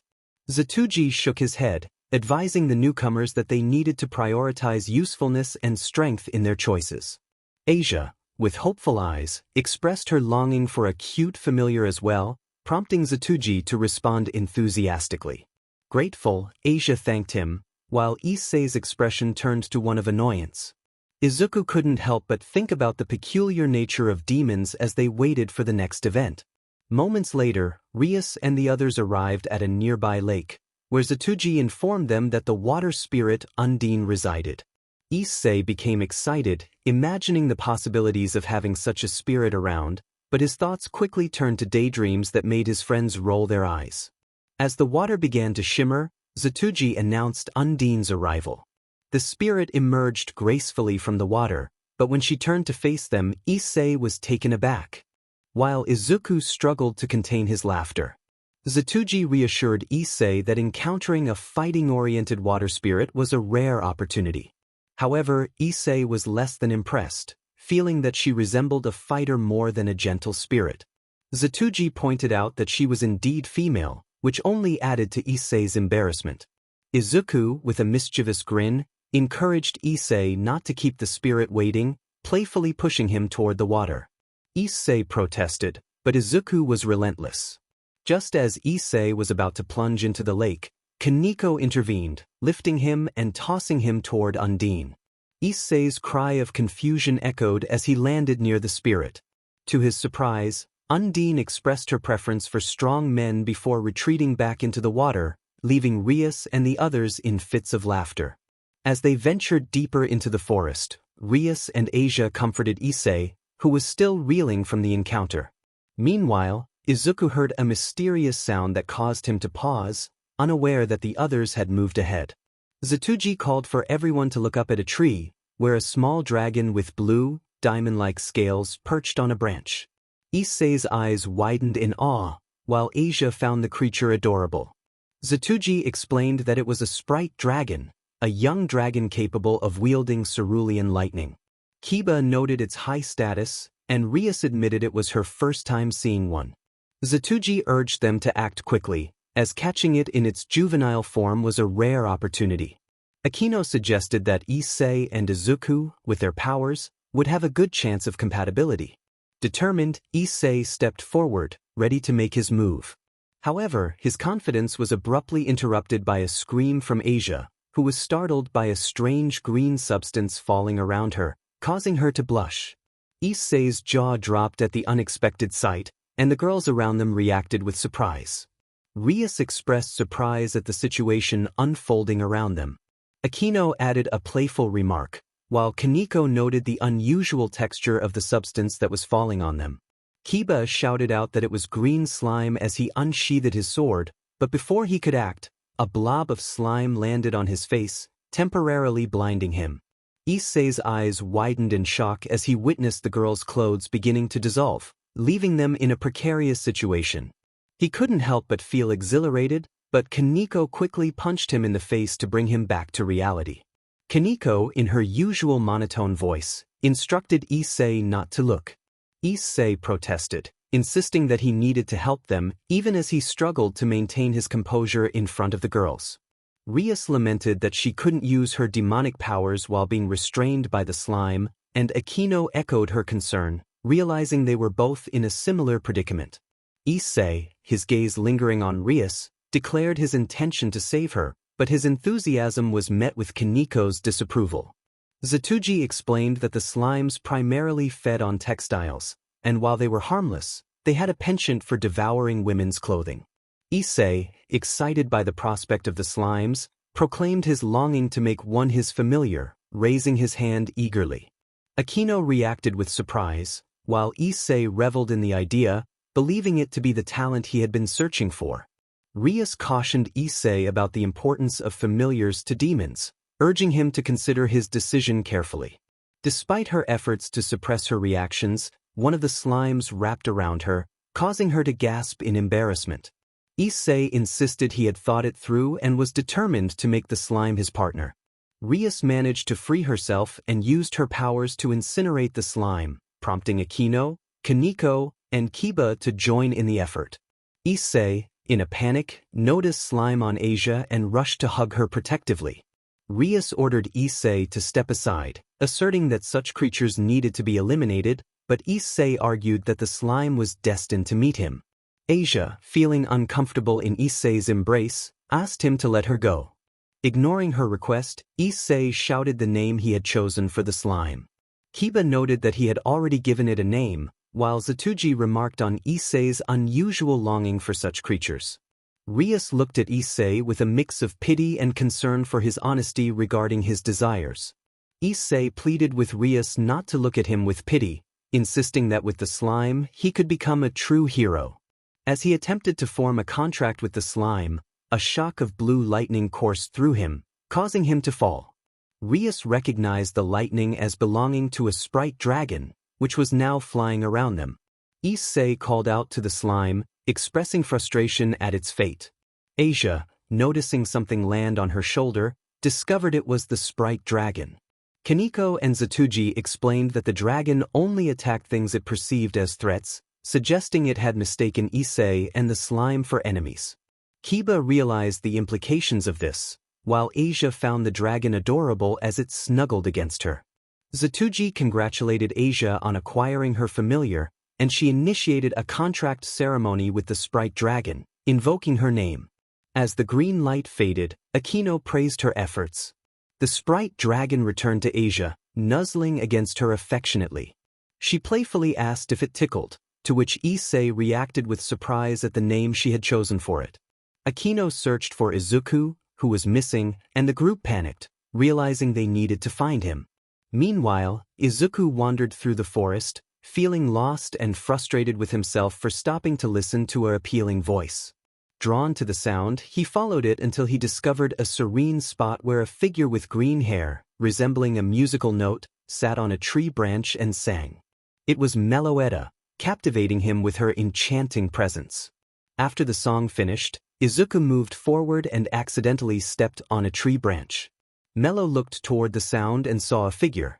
She immediately used her invisible power and vanished from the tree. Izuku was about to call out to her but noticed she was gone. He sighed, thinking it was his fault for startling her. He walked closer to the tree and looked up, admiring its beauty. He thought this must be a good place for others to come looking for him. While waiting, he took out a violin and tried to recreate a song that 𝗲𝗲 had sung. He practiced again and again until he finally got it right, unaware that someone was watching him with keen interest. 𝗲𝗲, in her familiar forest, observed how every devil that approached her ended up being rejected or ignored. She could hear their hearts beating, and many sought her for selfish reasons. One wanted her to become an idol, using her as a mere tool, while others desired her power for their own twisted purposes. 𝗲𝗲 despised those selfish intentions and initially thought Izuku might be the same when he found her. However, his heart was different. It was pure, like cherry blossoms in bloom. This surprised her, and she grew curious about what Izuku was creating with his violin. She became lost in thought until she heard him speak. Izuku stood up, preparing to play the violin. He took a deep breath and began. After the song, Izuku made a satisfied sound and heard a voice.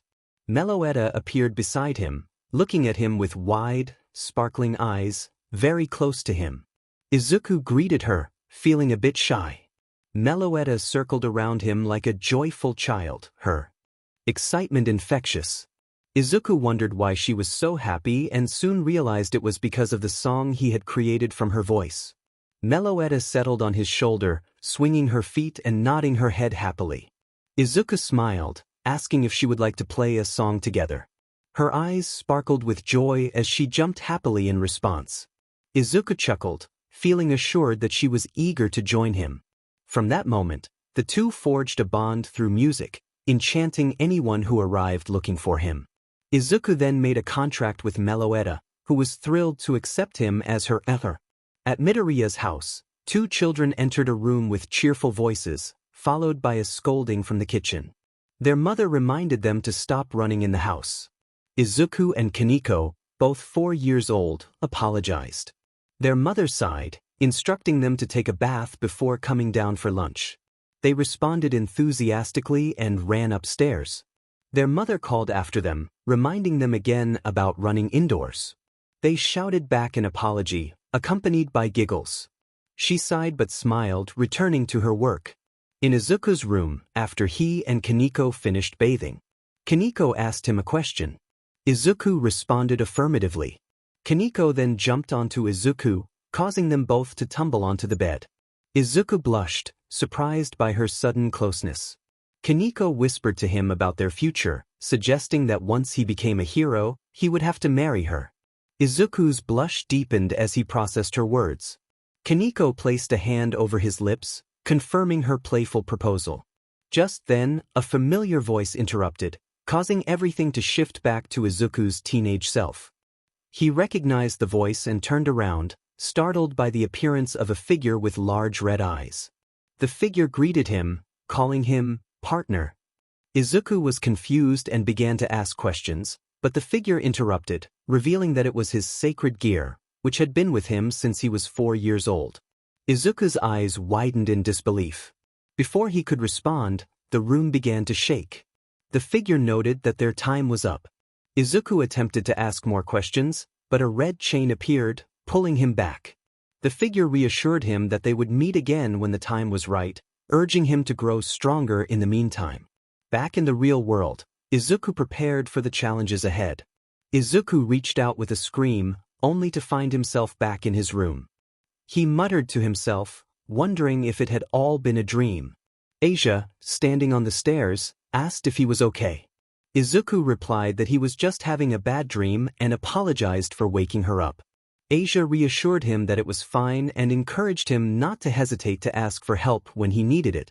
With a soft smile, Izuku promised he would. Asia looked at him with a blank stare, prompting him to ask if something was wrong. Without saying a word, she approached his bed, crawled beside him and lay down. Izuku was about to ask her what she was doing when Asia urged him to come closer. He blushed as she pulled his hand, causing him to tumble onto the bed. When he opened his eyes, he found himself resting against her. His face turned crimson, but he was interrupted when Asia spoke, revealing that she knew about his nightmares. She mentioned that she had heard from Aunt Mickey that he often had nightmares and never asked for help. Surprised, Izuku listened as she expressed her concern for him. Grateful, he thanked Asia and buried his face in her arms, feeling comforted. She pulled him closer, and they both fell asleep peacefully, marking the first night Izuku had slept soundly in a long time. The next day at school, Issei yawned loudly, catching the attention of his friends. Matsuda commented that Issei looked sleepy, to which Issei explained that he had a strange dream that kept him from sleeping well.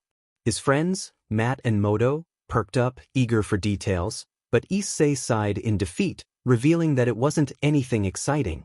Asia apologized for not waking him up earlier, but Issei reassured her that it was his fault for oversleeping. He wondered why Izuku was also late that morning when Matt interrupted his thoughts with a shout. Matt accused Issei of being lazy, while Moto, filled with jealousy, asked if Asia had woken him up. Issei bragged that they lived in the same house, leaving Matt and Moto in disbelief. Asia giggled, recalling a time when Rias had asked Izuku to help Issei get out of bed, which ended with Izuku tossing Issei out the window into a plastic pool. Matt nervously asked if Asia served Issei breakfast too, while Issei imagined himself with Asia as his wife. Asia blushed, feeling embarrassed at the thought, imagining herself with Izuku in a similar scenario.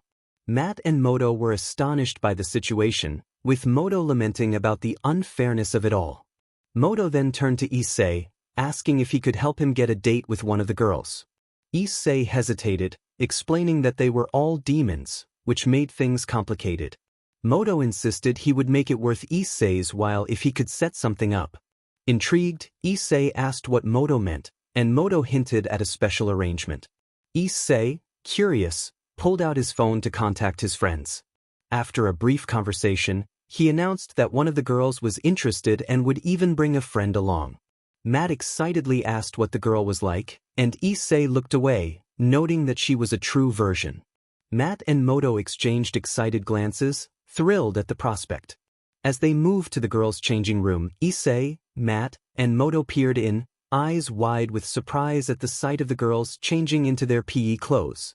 𝐬𝐮𝐸 whispered in awe, while Matt pointed out a girl with blue underwear, commenting on how her clothes concealed her figure.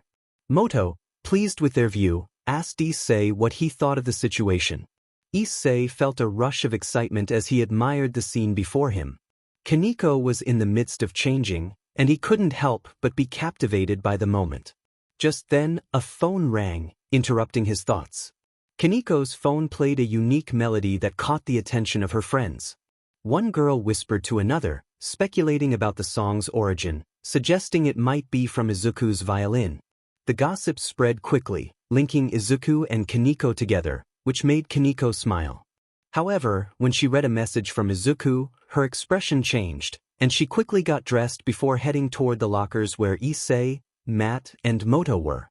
Suddenly, 𝐀𝐮𝐭𝐡𝐨𝐫's fist appeared through the locker door, startling 𝐬𝐮𝐸 and his friends.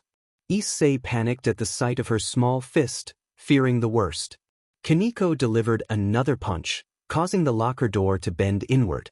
The door eventually fell, bringing Matt and Moto down with it, clutching their stomachs in pain.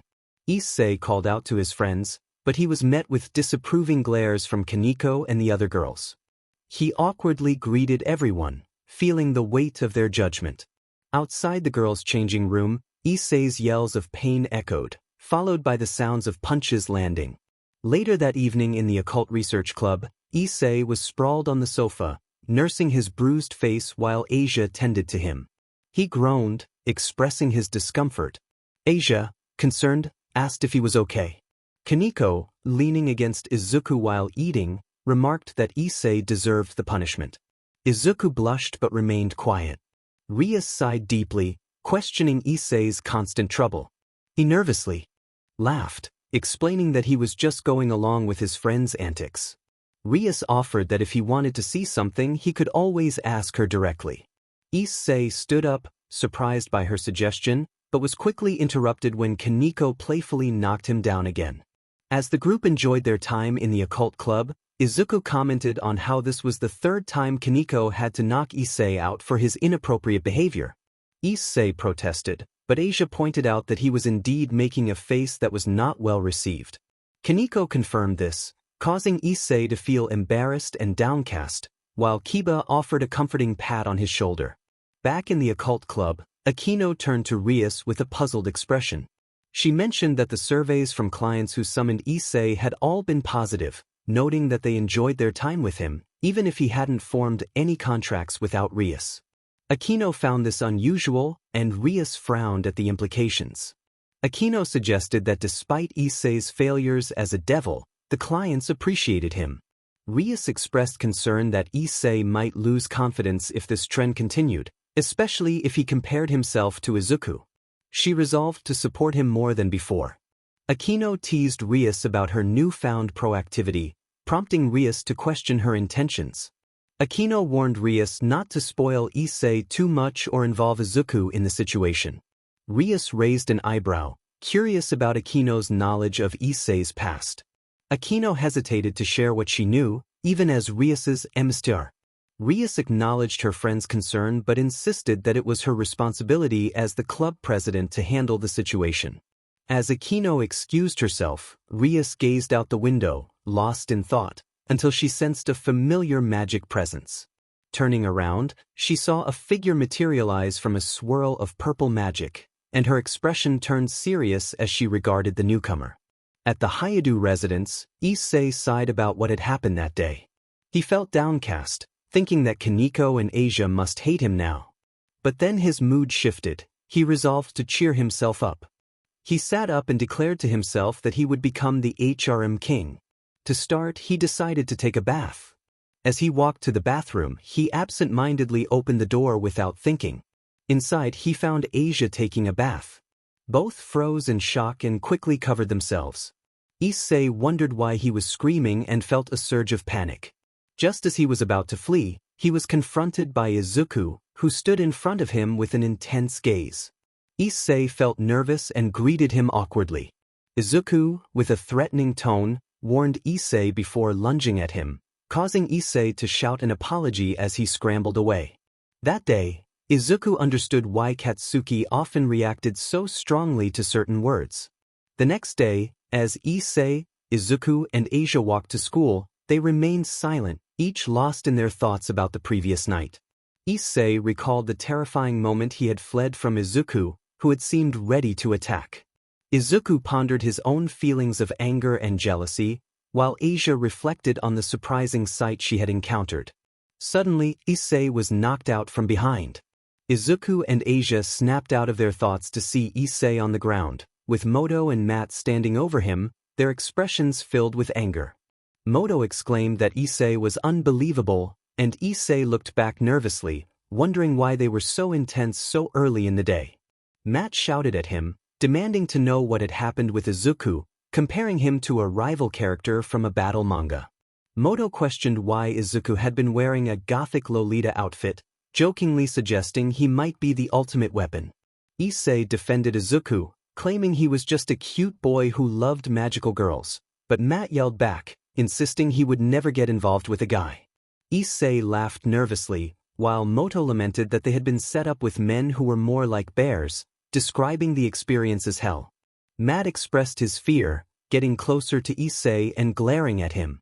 He recounted their adventure in the magical world, where Izuku had kept talking, and 𝐻𝐿 shouted in confusion about the magical world 𝗧𝗘.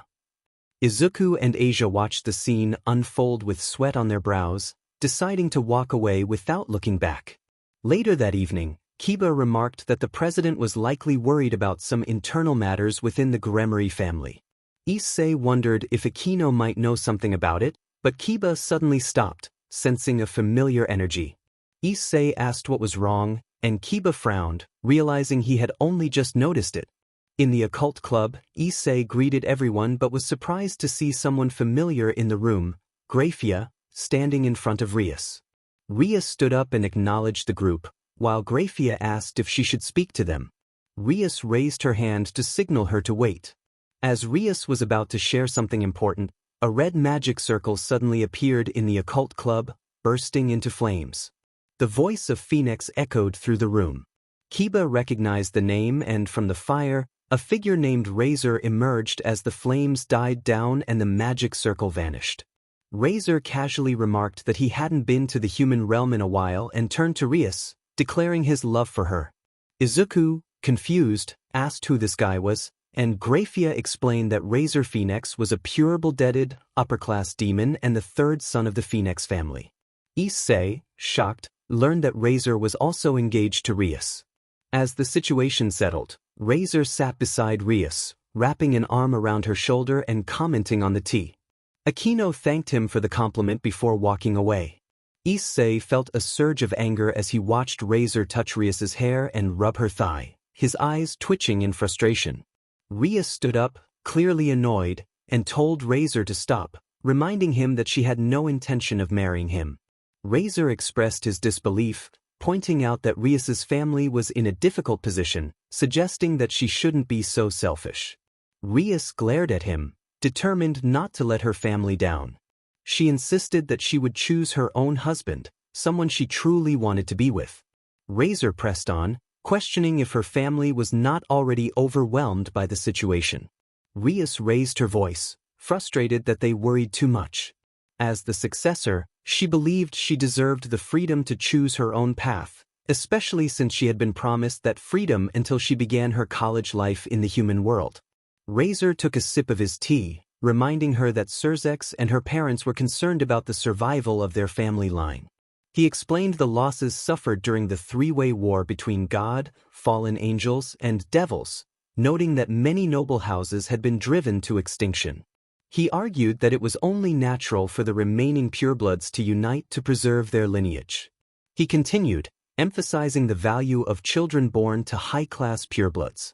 While revived devils, like her servants, had been filling the ranks lately, he pointed out that this did little to strengthen the positions of esteemed pureblood families. New BLD was beneficial, but they could not allow purebloods to vanish entirely. 𝐻𝐿 reminded 𝐻𝐿 that with her brother 𝗧𝗟𝗍 having left their house and her twin sister in a coma, she was the only successor left. As more members of the so-called 72 Pillars fell, he urged her to see that the future of all devils was tied to their impending marriage. 𝐻𝐿, curious about the 72 Pillars, asked 𝐀𝐮𝐭𝐡𝐨𝐫, who was about to respond when Izuku interjected. He explained that long ago, there were 72 clans that prided themselves on their power, but most had been eradicated during the war, leaving only a few surviving households. 𝐻𝐿 and 𝐀𝐮𝐭𝐡𝐨𝐫 blinked in surprise, and Izuku pointed to the bookshelves, suggesting they could find more history there. 𝐻𝐿 expressed his frustration over the engagement, realizing that the situation in the devil world was quite complex. 𝐻𝐿 declared her intention to prevent her house from falling into ruin, stating her plan to eventually bring a son-in-law into the fold. 𝐻𝐿 attempted to assert himself, but 𝐻𝐿 interrupted him, firmly stating that she would not marry him. The person she would marry would be of her own choosing, from a reputable family, and she believed she had that right. 𝐻𝐿 took hold of her chin, looking deeply into her eyes, and reminded her that he bore the reputation of House Phoenix, which he would not allow her to tarnish. They glared at each other, tension rising in the air.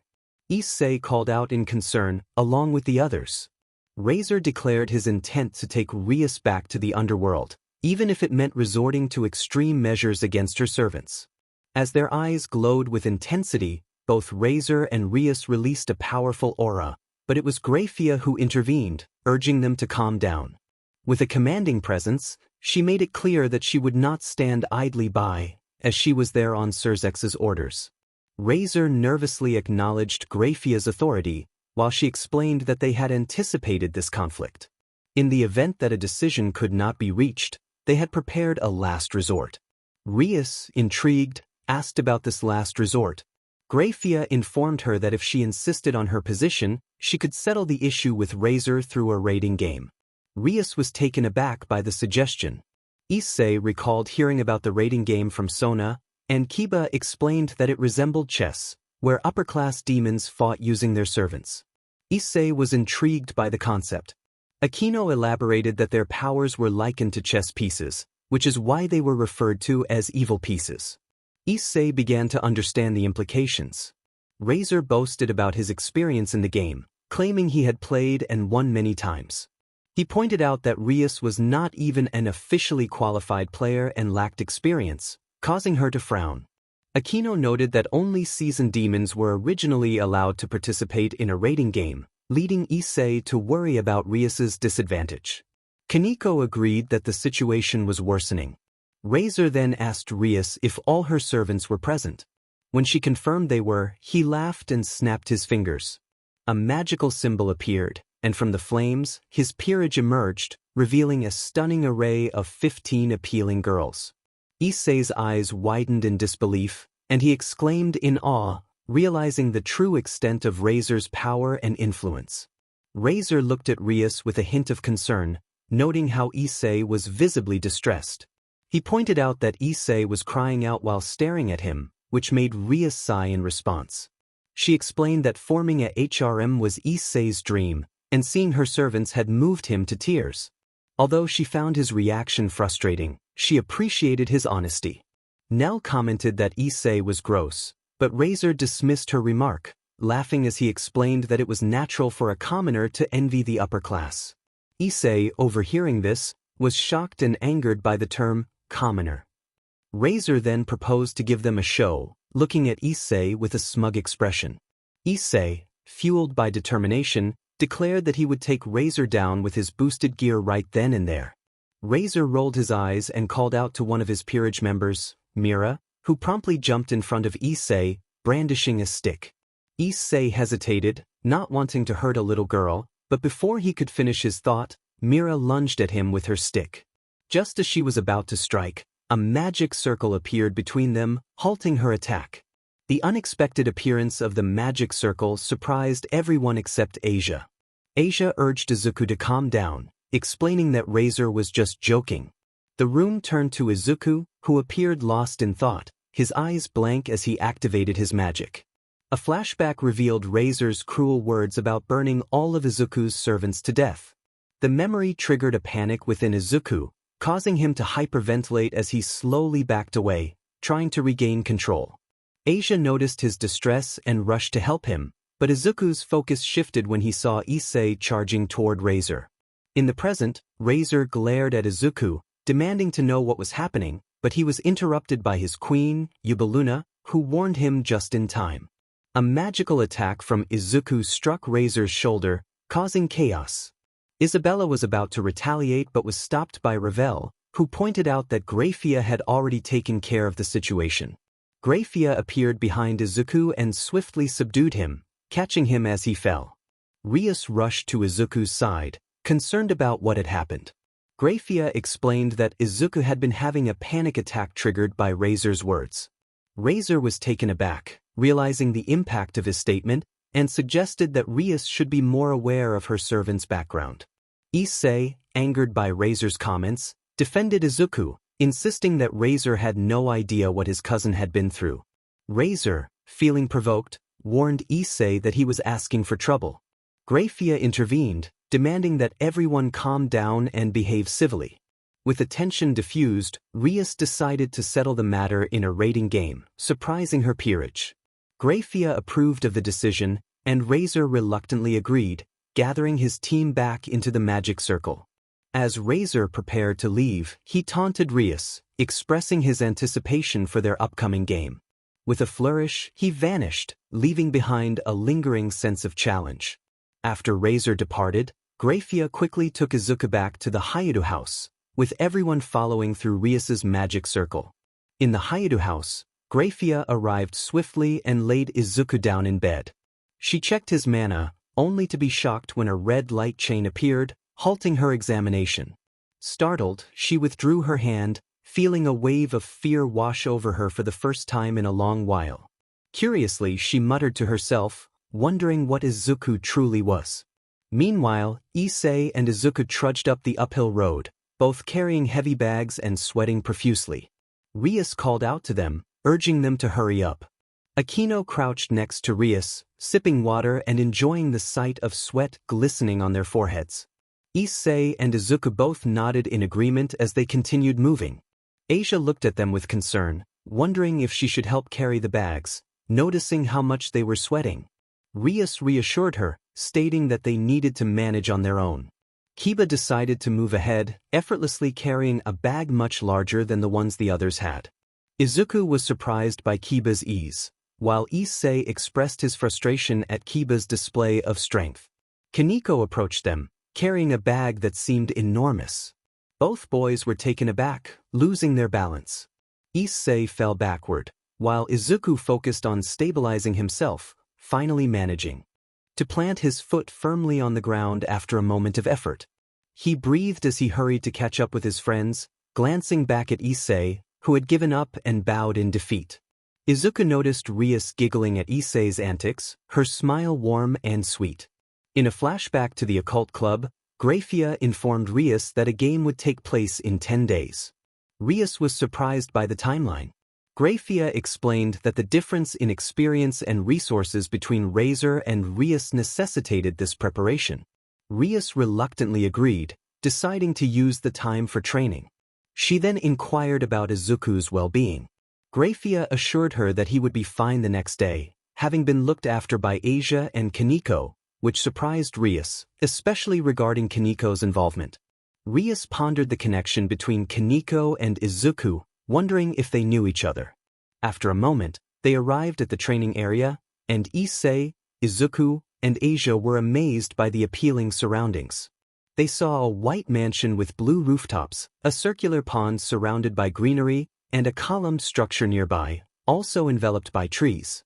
𝗍𝗟 exclaimed in delight at the lovely scenery. 𝐬𝐮 urged everyone to enter and begin training immediately. 𝐒𝐮𝐦𝐬 was taken aback by the sudden shift to training, calling 𝐬𝐮 a monster for her intensity. 𝐬𝐮 smirked back, playfully asserting her identity as a devil. Inside the girls' changing room, 𝐬𝐮 changed into her training clothes, revealing yellow underwear, while 𝐻𝐮𝐭 wore purple, 𝐾𝐮𝐭 donned white and blue, and 𝐴sia had on white. In the boys' changing room, 𝐒𝐮𝐬 changed into his P uniform and called out to 𝐀𝐮𝐵𝐫, who was unpacking his clothes. 𝐒𝐮𝐬 recalled 𝐀𝐮𝐵𝐫's earlier words about his disdain for fallen angels and priests. 𝐀𝐮𝐵𝐫 reminded 𝐒𝐮𝐬 that just as 𝐬𝐮 had saved them, they needed to win the game for her.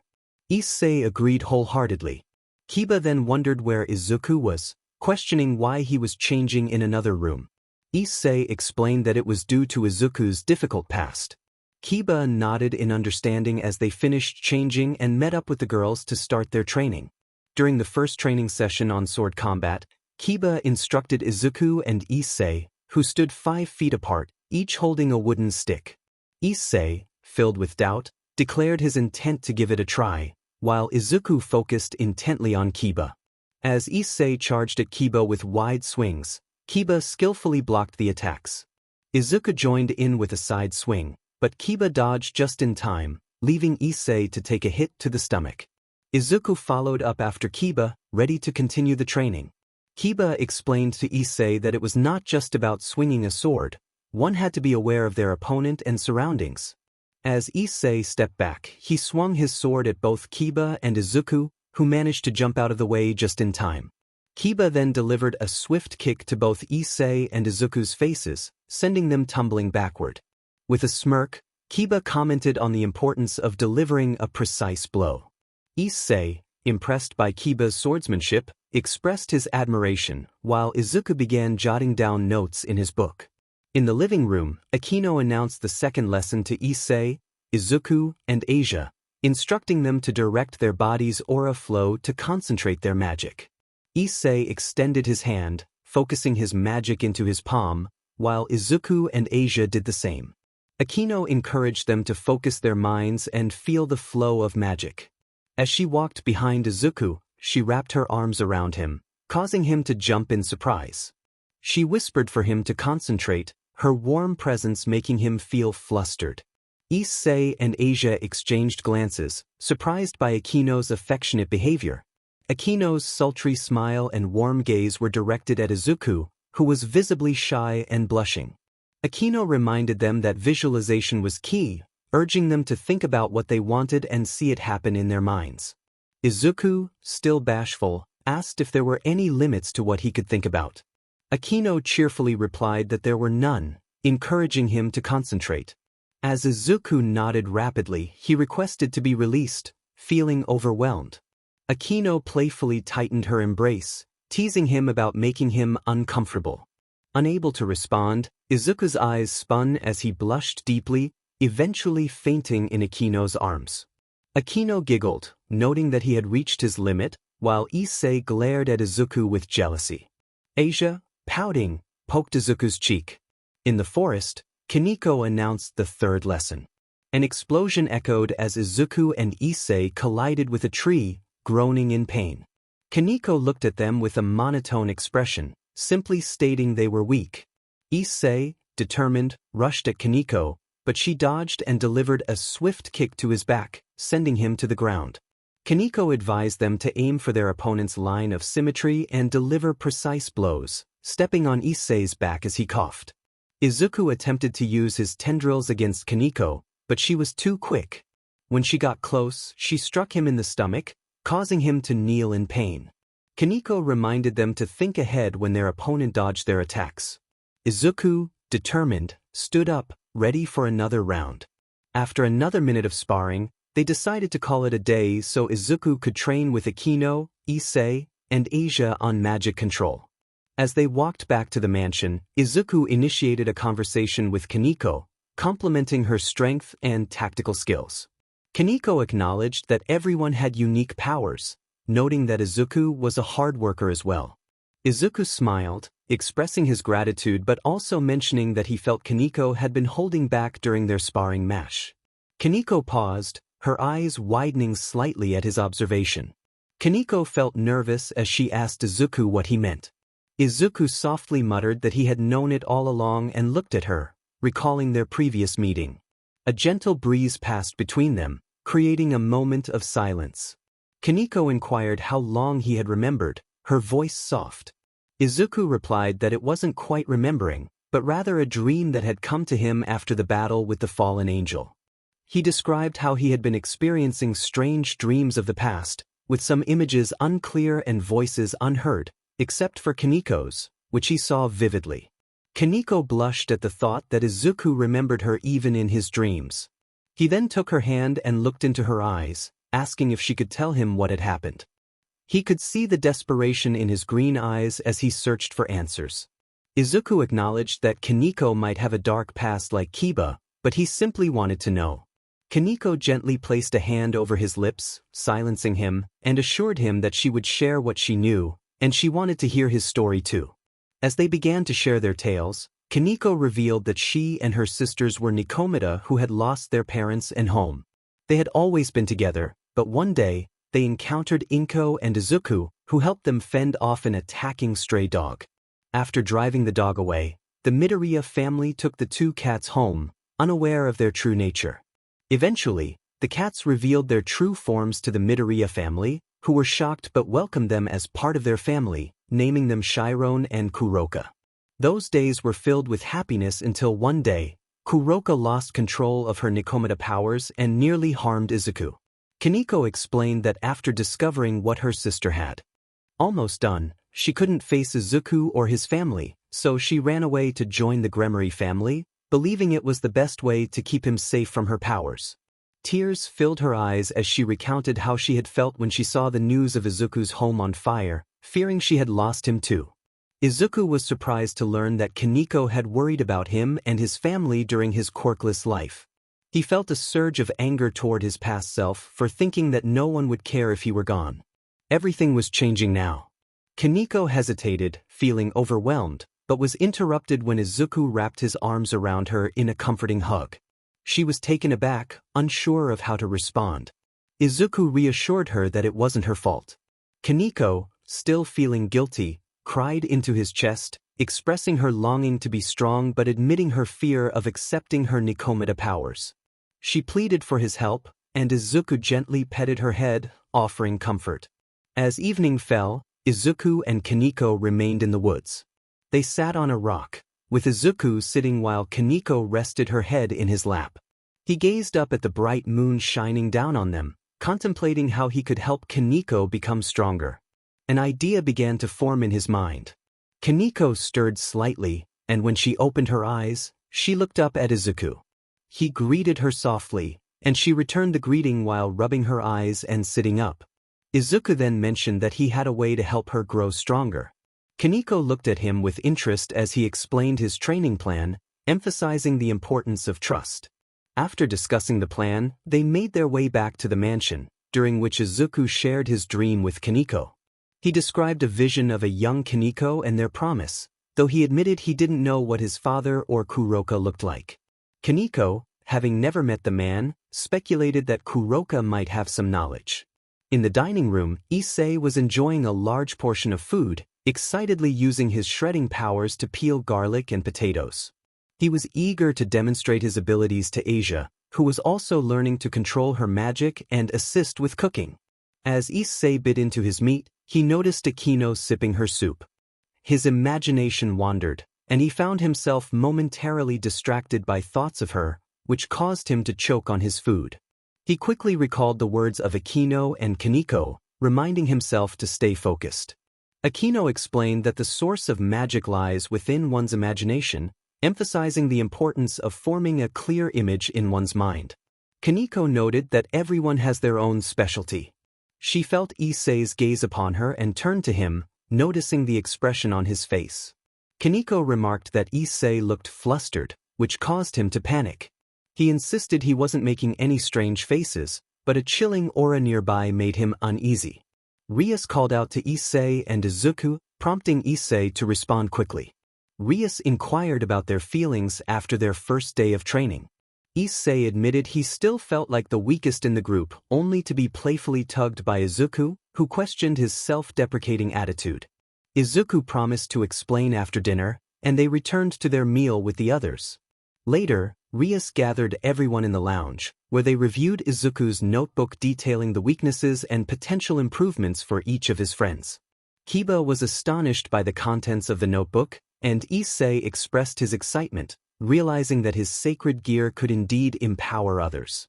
Izuku confirmed this, handing 𝐒𝐮𝐦𝐦𝐚𝐫𝐲 another notebook that showcased the past users of the Red Dragon Emperor's Gauntlet. 𝐒𝐮𝐦𝐦𝐚𝐫𝐲 was amazed to learn about the strength of his sacred gear. Izuku added that to wield such power, one must train harder than anyone else, which made 𝐒𝐮𝐦𝐦𝐚𝐫𝐲 chuckle nervously. Izuku observed the others engrossed in his notebook, feeling a sense of pride that his work was appreciated and deemed useful. In the throne room, Grafia spoke with a handsome young man named 𝐬𝐻𝗧𝗟𝗘, who sat on his throne. They discussed Rias's decision to challenge Riser to a raiding game in hopes of escaping his grasp. 𝐬𝐻𝗧𝗟𝗘 chuckled, finding Rias's actions typical of his younger sister. Grafia noted that her chances of winning were slim, to which 𝐬𝐻𝗧𝗟𝗘 agreed, stating that he had merely given her a choice, and Rias had made her own decision as the heiress of the Gremory household. Grafia acknowledged his perspective, and 𝐬𝐻𝗧𝗟𝗘 expressed curiosity about Rias's pawn, Midoriya Izuku. He suggested they investigate further in the library, and they made their way there together. Meanwhile, at the mansion, everyone was asleep except for Izuku, who was in the woods, transformed into his three-tailed, clawed form, engaged in a training session with Kaneko. He challenged her, asking if that was all she had. Kaneko, in her Nekomata form, confidently replied that she was just getting started. Earlier, Izuku had encouraged Kaneko to accept her powers, reminding her that if her sister had truly lost control, he would have been harmed. He reassured her that it was okay to embrace her abilities. Kaneko had hesitated, fearing she might hurt him, but Izuku proposed they train together at night when no one else was around, promising to help her control her powers. Kaneko, determined, agreed to the plan. As they sparred, she launched 2 blue flames at Izuku, who defended himself with his tails. However, Kaneko caught him off guard with a swift kick to the stomach, causing him to stumble back. With her blue flames aimed at his face, Izuku raised his hands in surrender, declaring his defeat. Kaneko smirked, extinguished her flames, and offered her hand to help him up, solidifying their bond as training partners. Izuku observed Kaneko with admiration, noting how well she controlled her powers. She looked at her tail, moving with a hint of nervousness and a blush on her cheeks, expressing her gratitude for his belief in her. His smile made her heart race, awakening feelings from their childhood. Deciding it was time to call it a day, Izuku suggested they take a bath and get some rest before heading to bed. Kaneko watched him for a moment, her eyes sparkling with affection as a mischievous smile crept onto her face. Later, after taking a shower, Izuku entered his room, feeling refreshed. He sat on his bed, reflecting on the unusual sensation of the long bath he had just enjoyed. As he gazed at the burn scar on his chest, he shook off the memories of his troubled past, reminding himself that he was no longer Deku but Izuku Midoriya. With determination, he activated his claws, feeling the power within him, and then deactivated them, lying back on the bed with a sigh.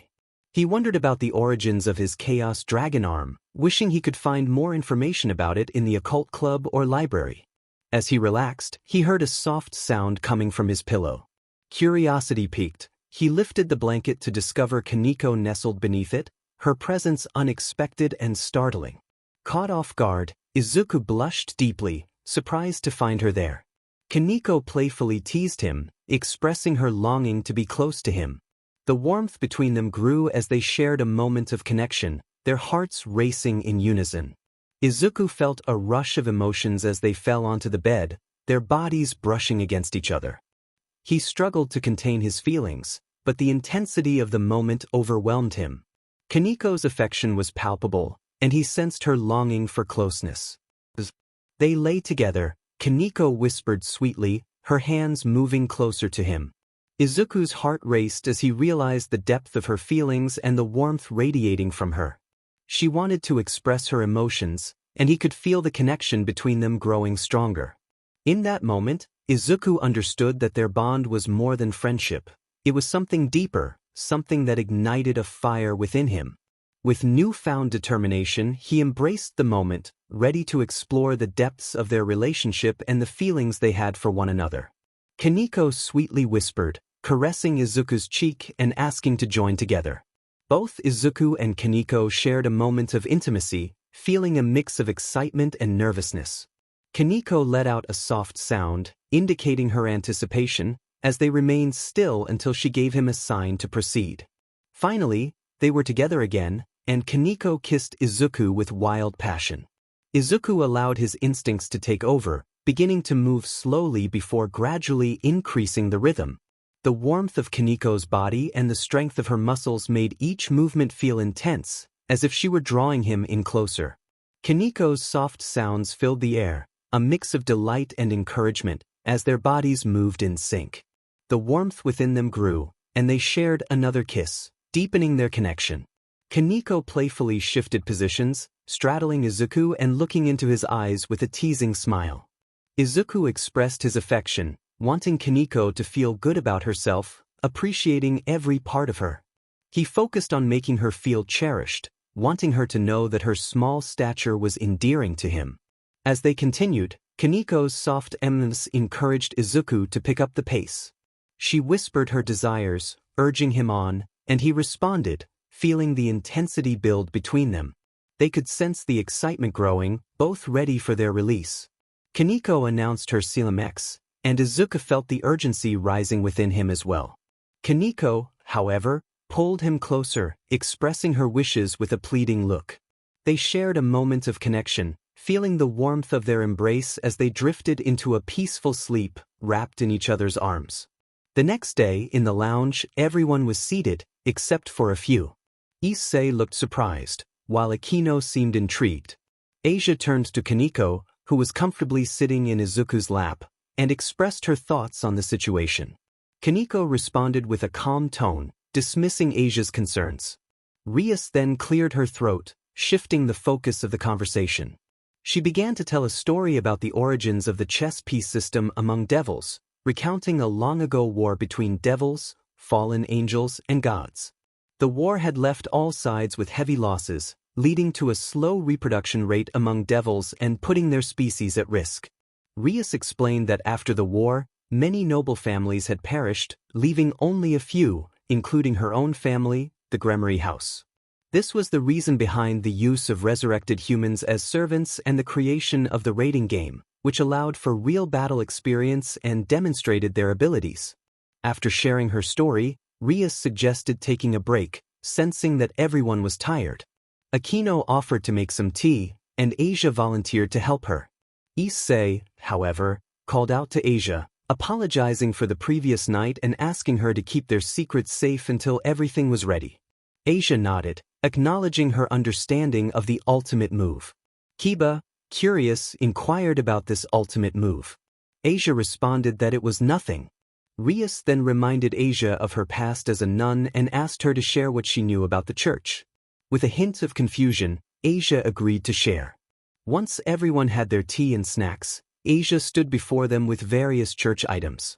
She explained that exorcists possessed two key tools, the first being holy water. As she picked up a bottle of holy water, she warned that devils like them should not touch it. 𝐒𝐮𝐴𝐫, intrigued, asked what would happen if they did. Asia quickly replied that it would be something very bad.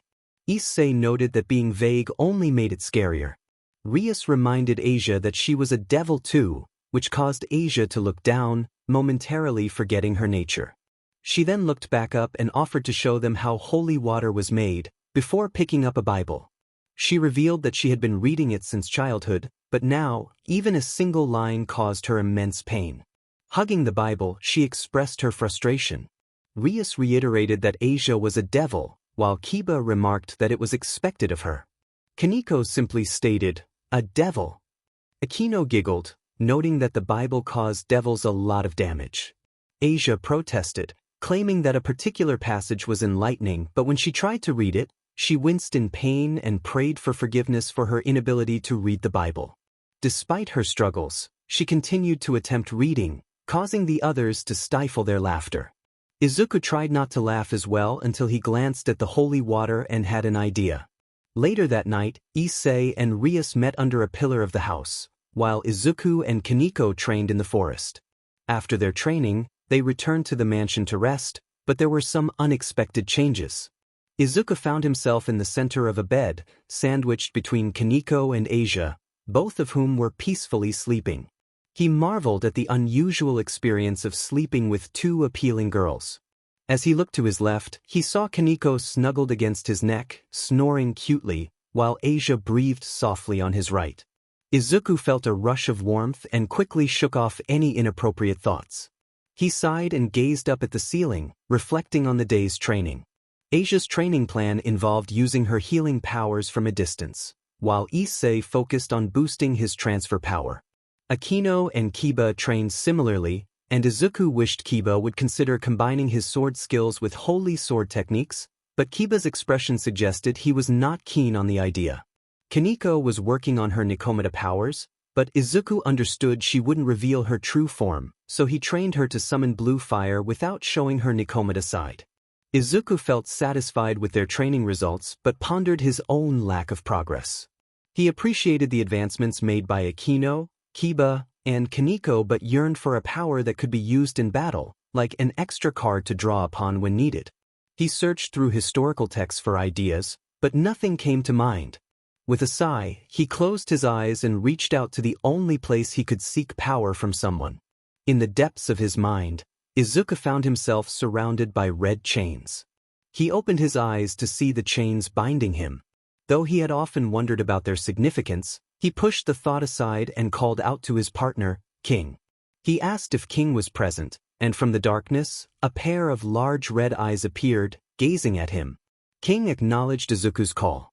Izuku expressed his longing to make a trade, and King confirmed that he could provide a balance breaker power, but it would only last 10 minutes and then be unusable. Izuku contemplated this, feeling a mix of determination and uncertainty. King then offered something even better than the balance breaker, something that would last forever within Izuku's body.